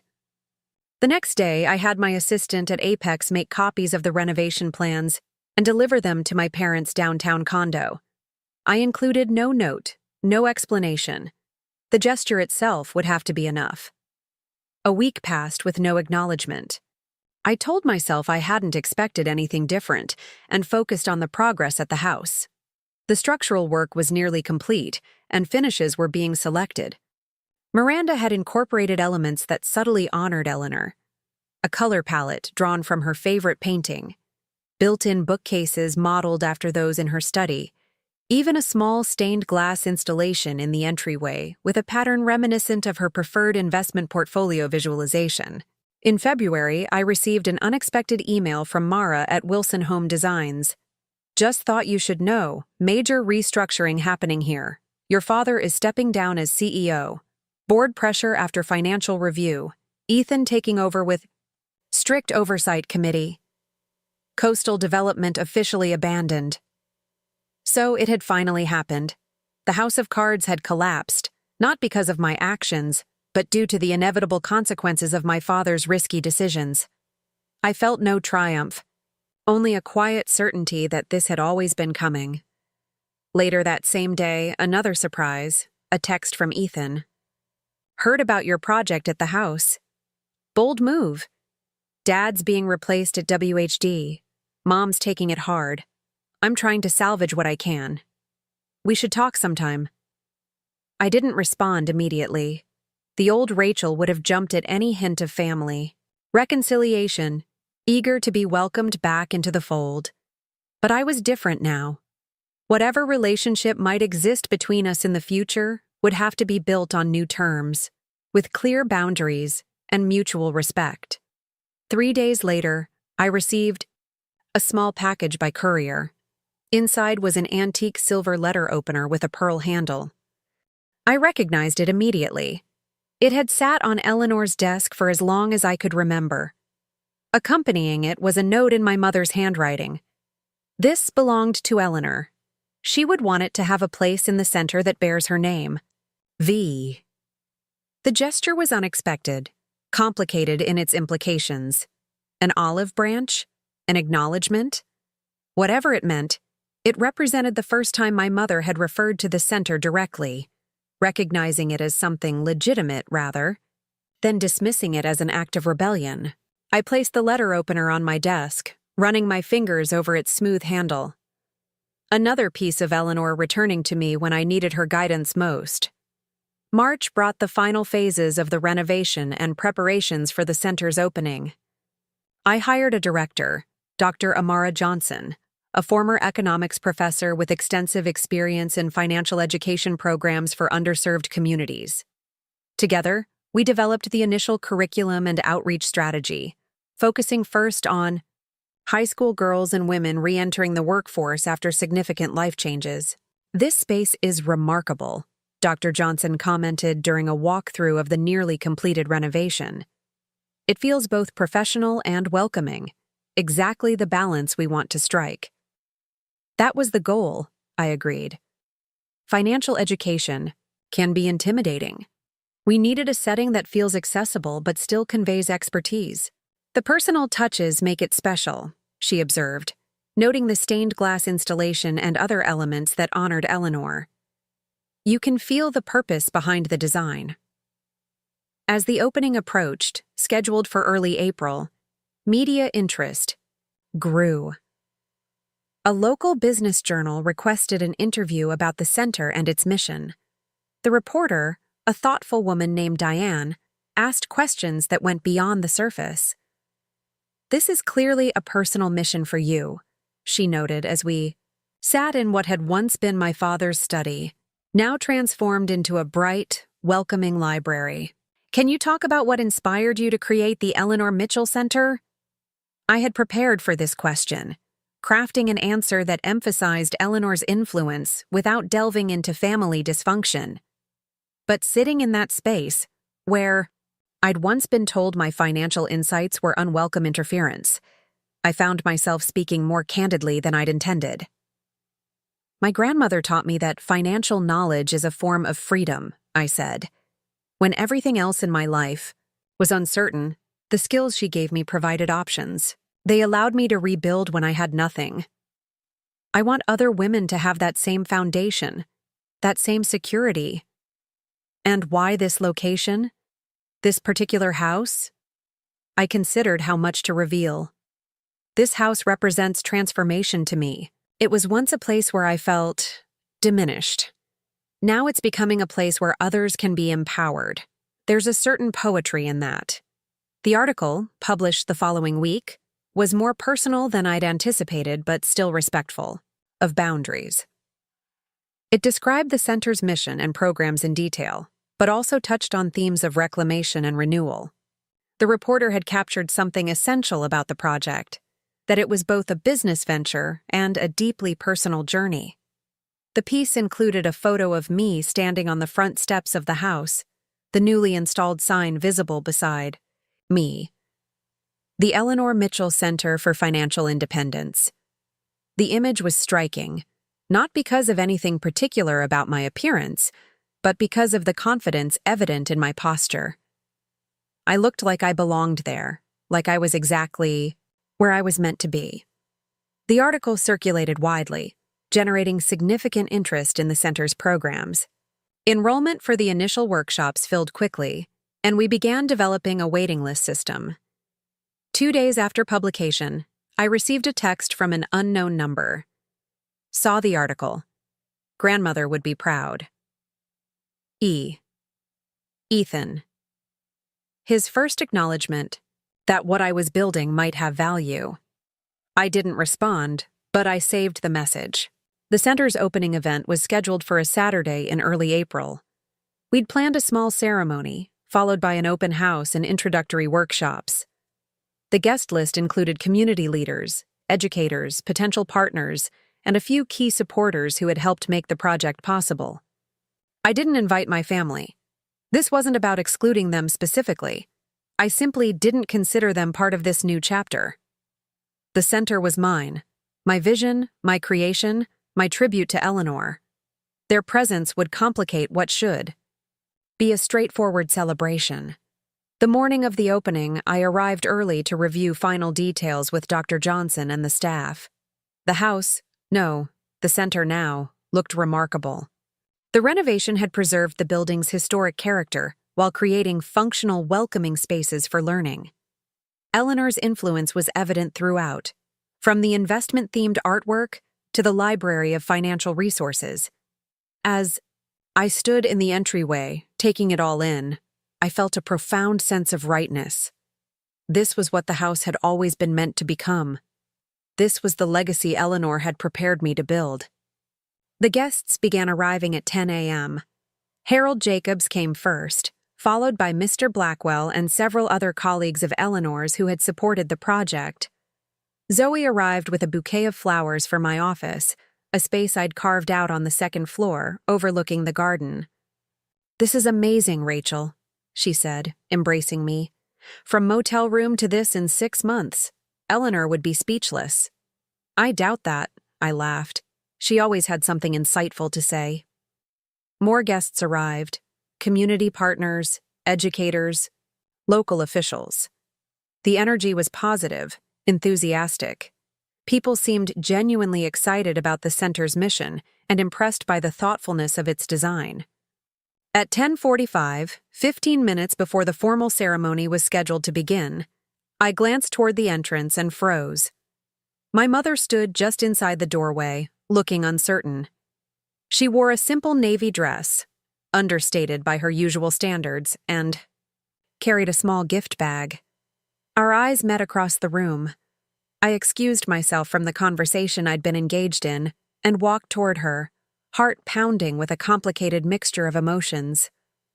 "Mom," I said when I reached her, "I didn't expect you." "I saw the announcement in the business journal," she explained. "I hope it's all right that I came. I wanted to see what you've created." There was something different about her, a vulnerability I wasn't accustomed to seeing. She seemed smaller somehow, less imposing than the woman who had stood by silently while my father threw me out. "It's fine," I said, not quite ready to welcome her warmly but unwilling to create a scene. "The ceremony is about to start, but you're welcome to stay for the tour afterward." She nodded, then hesitantly extended the gift bag. This was Eleanor's.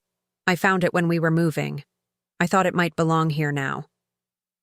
Inside was a small, leather-bound ledger, Eleanor's first investment journal, started when she was just 25. I'd heard about it but never seen it. The pages were filled with her elegant handwriting, documenting her earliest financial decisions, her strategies, her lessons learned. "Thank you," I said, genuinely moved by the gesture. This means a lot." My mother nodded again, a flash of something like regret crossing her face. "She always saw something special in you, something I missed." Before I could respond, Dr. Johnson approached, indicating it was time for the ceremony to begin. I excused myself, tucking the ledger carefully into my blazer pocket, feeling its weight against my heart. The ceremony was brief but meaningful. I spoke about Eleanor's influence, about the center's mission to provide women with the financial knowledge they needed for true independence. Dr. Johnson outlined the programs we'd be offering. A ribbon was cut, applause followed, and the center was officially open.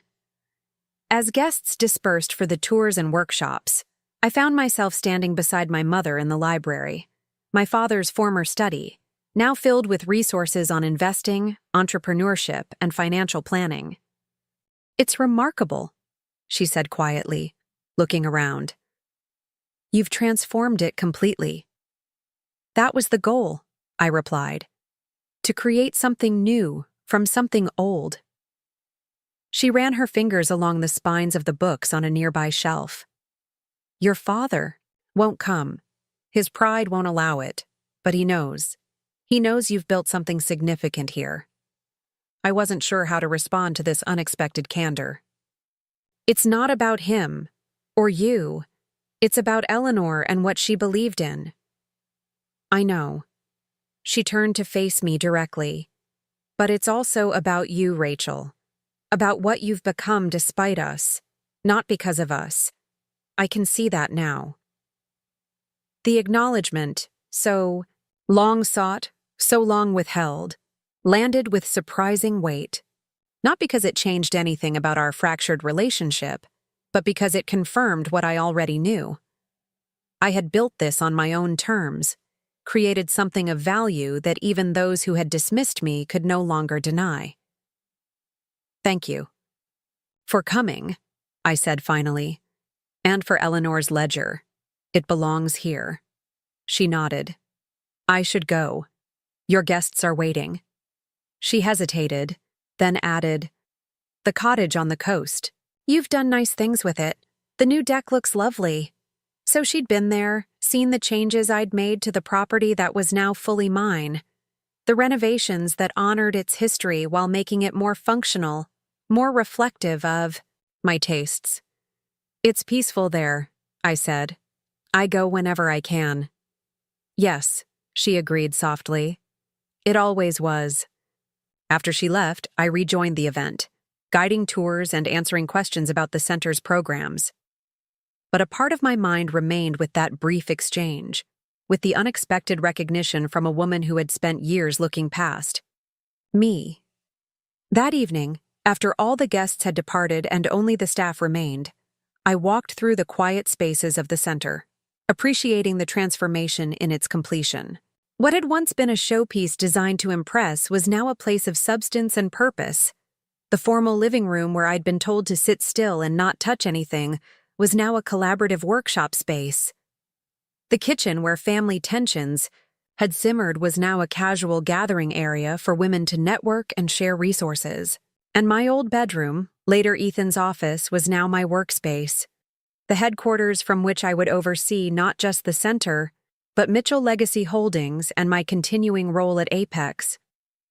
I sat at my desk, placing Eleanor's ledger in a prominent position, and opened my laptop.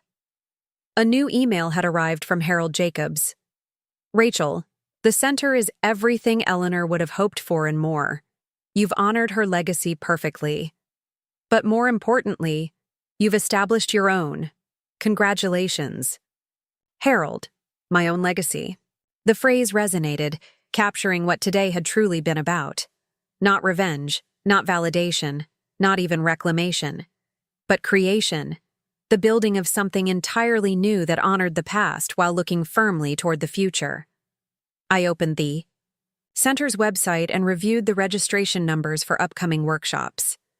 Already, we had waitlists for most sessions, with particular interest in the programs for high school girls and women re-entering the workforce.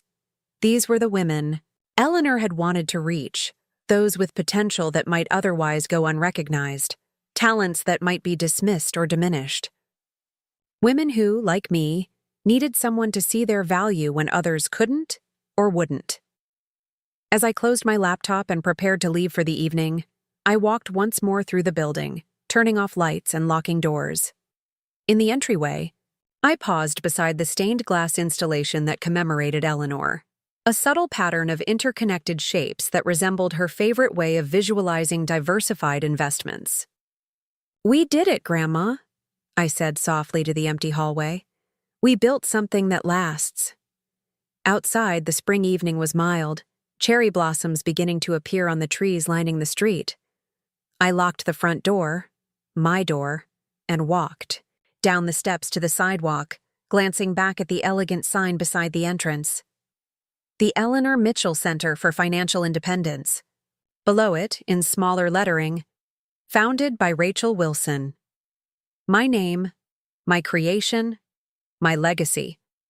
I had come to this house broken, been thrown out, and returned in triumph. But the true victory wasn't in the property deed or the frozen accounts that had forced my father's hand. It wasn't even in the center itself, impressive as it was. The victory was in the woman I had become through it all. Someone who could transform rejection into purpose, pain into possibility. Someone who understood that true power came not from controlling others, but from creating value that spoke for itself. I walked to my car, Eleanor's ledger tucked safely in my bag, feeling the weight of the house keys in my pocket, keys to doors that now opened on my terms, to spaces redesigned to my vision, to a future limited only by my imagination. The revenge, it turned out, wasn't in freezing accounts or buying houses. It was in becoming exactly the person they had tried to prevent me from being. Powerful, independent, and impossible to ignore. And in using that power not to destroy, but to build something that would help others find their own strength. That was a revenge worth having. That was a future worth creating. 1 year after opening the Eleanor Mitchell Center for Financial Independence, I found myself standing on the deck of my coastal cottage, watching the sun set over the Pacific. The property had become my weekend sanctuary, a place to decompress from the demands of running both the center and managing my responsibilities at Apex, where I'd recently been promoted to Director of Financial Analysis. The cottage had changed, much like I had. I'd renovated it carefully, preserving its character while updating systems that had been neglected for years. The worn deck had been replaced with sustainable hardwood, the kitchen modernized while maintaining its charm, the bedrooms refreshed with new paint and linens. It was now truly mine, reflecting my taste rather than family history. My phone buzzed on the railing, a text from Dr. Johnson. Just confirmed our 100th graduate from the core program. 82% report significant improvement in financial confidence. We're making a difference, Rachel. I smiled, pride washing through me. In 12 months, the center had exceeded every metric we'd established, reaching women from all backgrounds across Portland and beyond. Local banks had begun sponsoring specialized workshops. Schools requested our youth curriculum. We'd even launched an online platform to extend our reach to rural communities. The buzz of financial success was sweet, but it wasn't what brought me the deepest satisfaction. That came from the stories. Women who'd left abusive relationships because they now had financial knowledge to support themselves. Girls who'd changed their college plans to include finance courses. Retirees who'd discovered it wasn't too late to take control of their investments. These transformations reflected the center's true purpose: empowerment through financial literacy. Every success story was a small tribute to Eleanor and the gift she'd given me, the knowledge that had allowed me to rebuild when I had nothing. As darkness fell, I gathered my wine glass and notebook and headed inside. The cottage felt warm and welcoming, the antique furniture I'd selected mixing comfortably with modern pieces.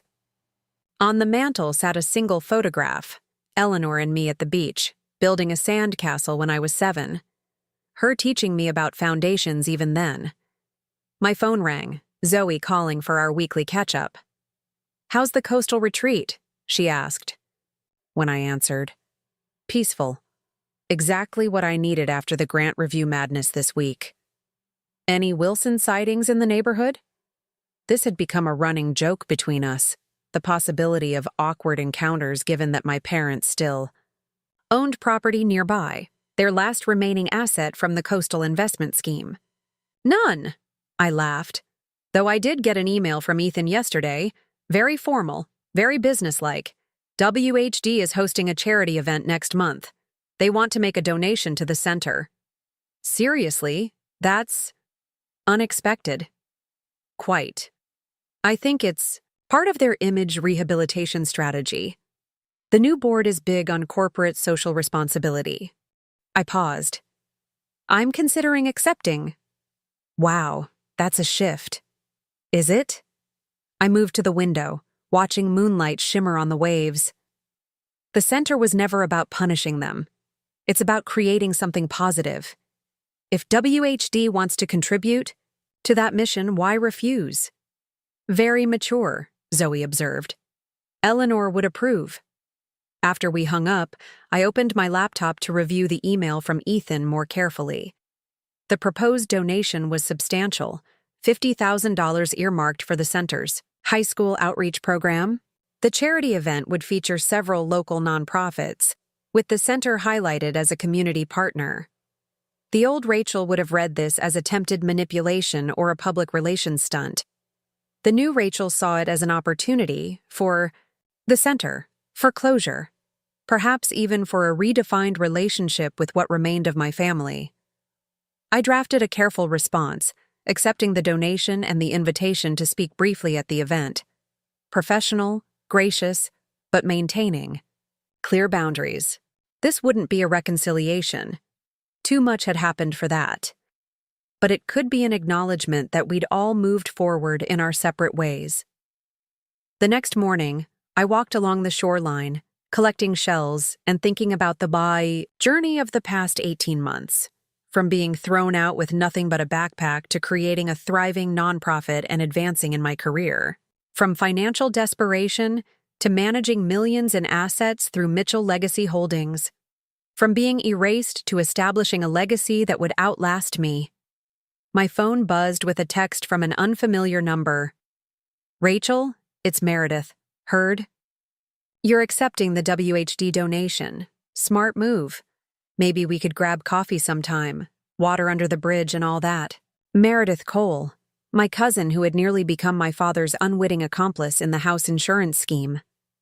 I hadn't spoken to her since before my expulsion from the family. Her reaching out suggested the Wilson world was still realigning, itself in the aftermath of my father's financial collapse and replacement as CEO. I didn't respond immediately, unsure if reconnecting with extended family served any purpose in my new life. Some bridges, once burned, should remain crossed. When I returned to the cottage, I found an email from Harold Jacobs with the subject line, "Interesting development." Inside was a link to a Business Journal article about WHD's restructuring under Ethan's leadership. The company had stabilized, after my father's departure, implementing stricter financial controls and more transparent accounting practices. The article quoted Ethan directly. "We've learned valuable lessons about proper oversight and ethical business management. Sometimes it takes an outside perspective to identify weaknesses in your systems." An outside perspective. Was he acknowledging my role in exposing the financial irregularities? Or was I reading too much into a generic corporate statement? Either way, it didn't matter. My worth no longer depended on their recognition. My success spoke for itself, as did the growing influence of the Eleanor Mitchell Center. 2 weeks later, I attended the WHD charity event, representing the center as its founder. The venue was elegant but understated, a noticeable departure from the ostentatious gatherings my father had favored. Ethan, as the new CEO, had clearly set a different tone. I arrived precisely on time, neither eager to engage nor intentionally late. The event coordinator directed me to a table near the front, where I would speak briefly after dinner about the center's mission. Halfway through the first course, I sensed someone approaching. My mother stood beside me, looking elegant but subdued in a simple black dress. "Rachel," she said softly, "you look well." "Thank you," I replied, maintaining my composure. "As do you.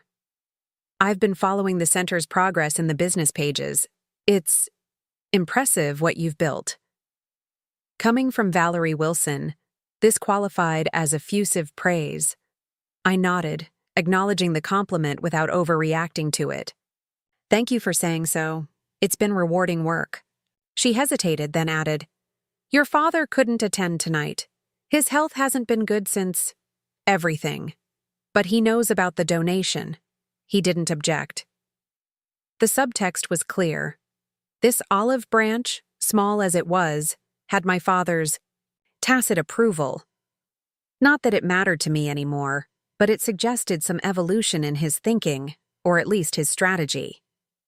"I appreciate that," I said simply. "The donation will help fund our high school program. It's making a real difference for young women." She nodded, seeming to struggle with what to say next. "Perhaps sometime, if you're willing, we could have lunch, just to talk." The invitation surprised me, not because it was particularly dramatic, but because it was so normal, the kind of thing mothers and daughters do all the time, the kind of thing we had never done, even before the fracture. "Perhaps," I said, neither committing nor refusing. "I'll think about it." She accepted this with a slight nod and moved away, disappearing into the crowd of Portland's business elite. When it came time for my speech, I kept it brief and focused on the center's mission rather than my personal journey. I thanked WHD for their generous contribution without mentioning family connections or past conflicts. This wasn't the place for personal reckonings. Afterward, Ethan approached me, extending his hand professionally. "Thank you for coming tonight, Rachel. The center sounds like it's doing important work." "It is," I confirmed, shaking his hand, briefly. "Thank you for the support." He hesitated, then added in a lower voice, "For what it's worth, I've implemented many of the financial controls you created. They've been invaluable during the rebuilding process." It was the closest thing to an apology or acknowledgement I would likely ever receive from him. I nodded, accepting it for what it was. Not redemption, but recognition. As I drove home that night, I reflected on the evening's interactions. There had been no dramatic reconciliation, no tearful embraces or explicit apologies, just small acknowledgments of the new reality. I had built something substantial from the ashes of rejection. I had transformed the Wilson legacy into something meaningful. I had won, not by destroying them, but by creating something better than they had ever imagined. The house that once represented my exclusion now welcomed hundreds of women seeking financial independence. The family that had tried to erase me now had to acknowledge my success. The accounts I had frozen had forced a reckoning that ultimately led to healthier business practices. But most importantly, I had found my own path, one that honored Eleanor's vision while establishing my own legacy, one that transformed pain into purpose and rejection into creation. Revenge, it turned out, wasn't about destruction at all. It was about building something so undeniably valuable that those who once dismissed you had no choice but to recognize your worth. It was about becoming the architect of your own story rather than a footnote in someone else's. As I pulled into my driveway, my own home purchased with my own success, I felt the final pieces settle into place. The journey wasn't over, but this chapter had reached its conclusion. Whatever came next would be on my terms, shaped by my choices, defined by my vision. That was the sweetest revenge of all. Up next, you've got 2 more standout stories right on your screen. If this one hit the mark, you won't want to pass these up. Just click and check them out.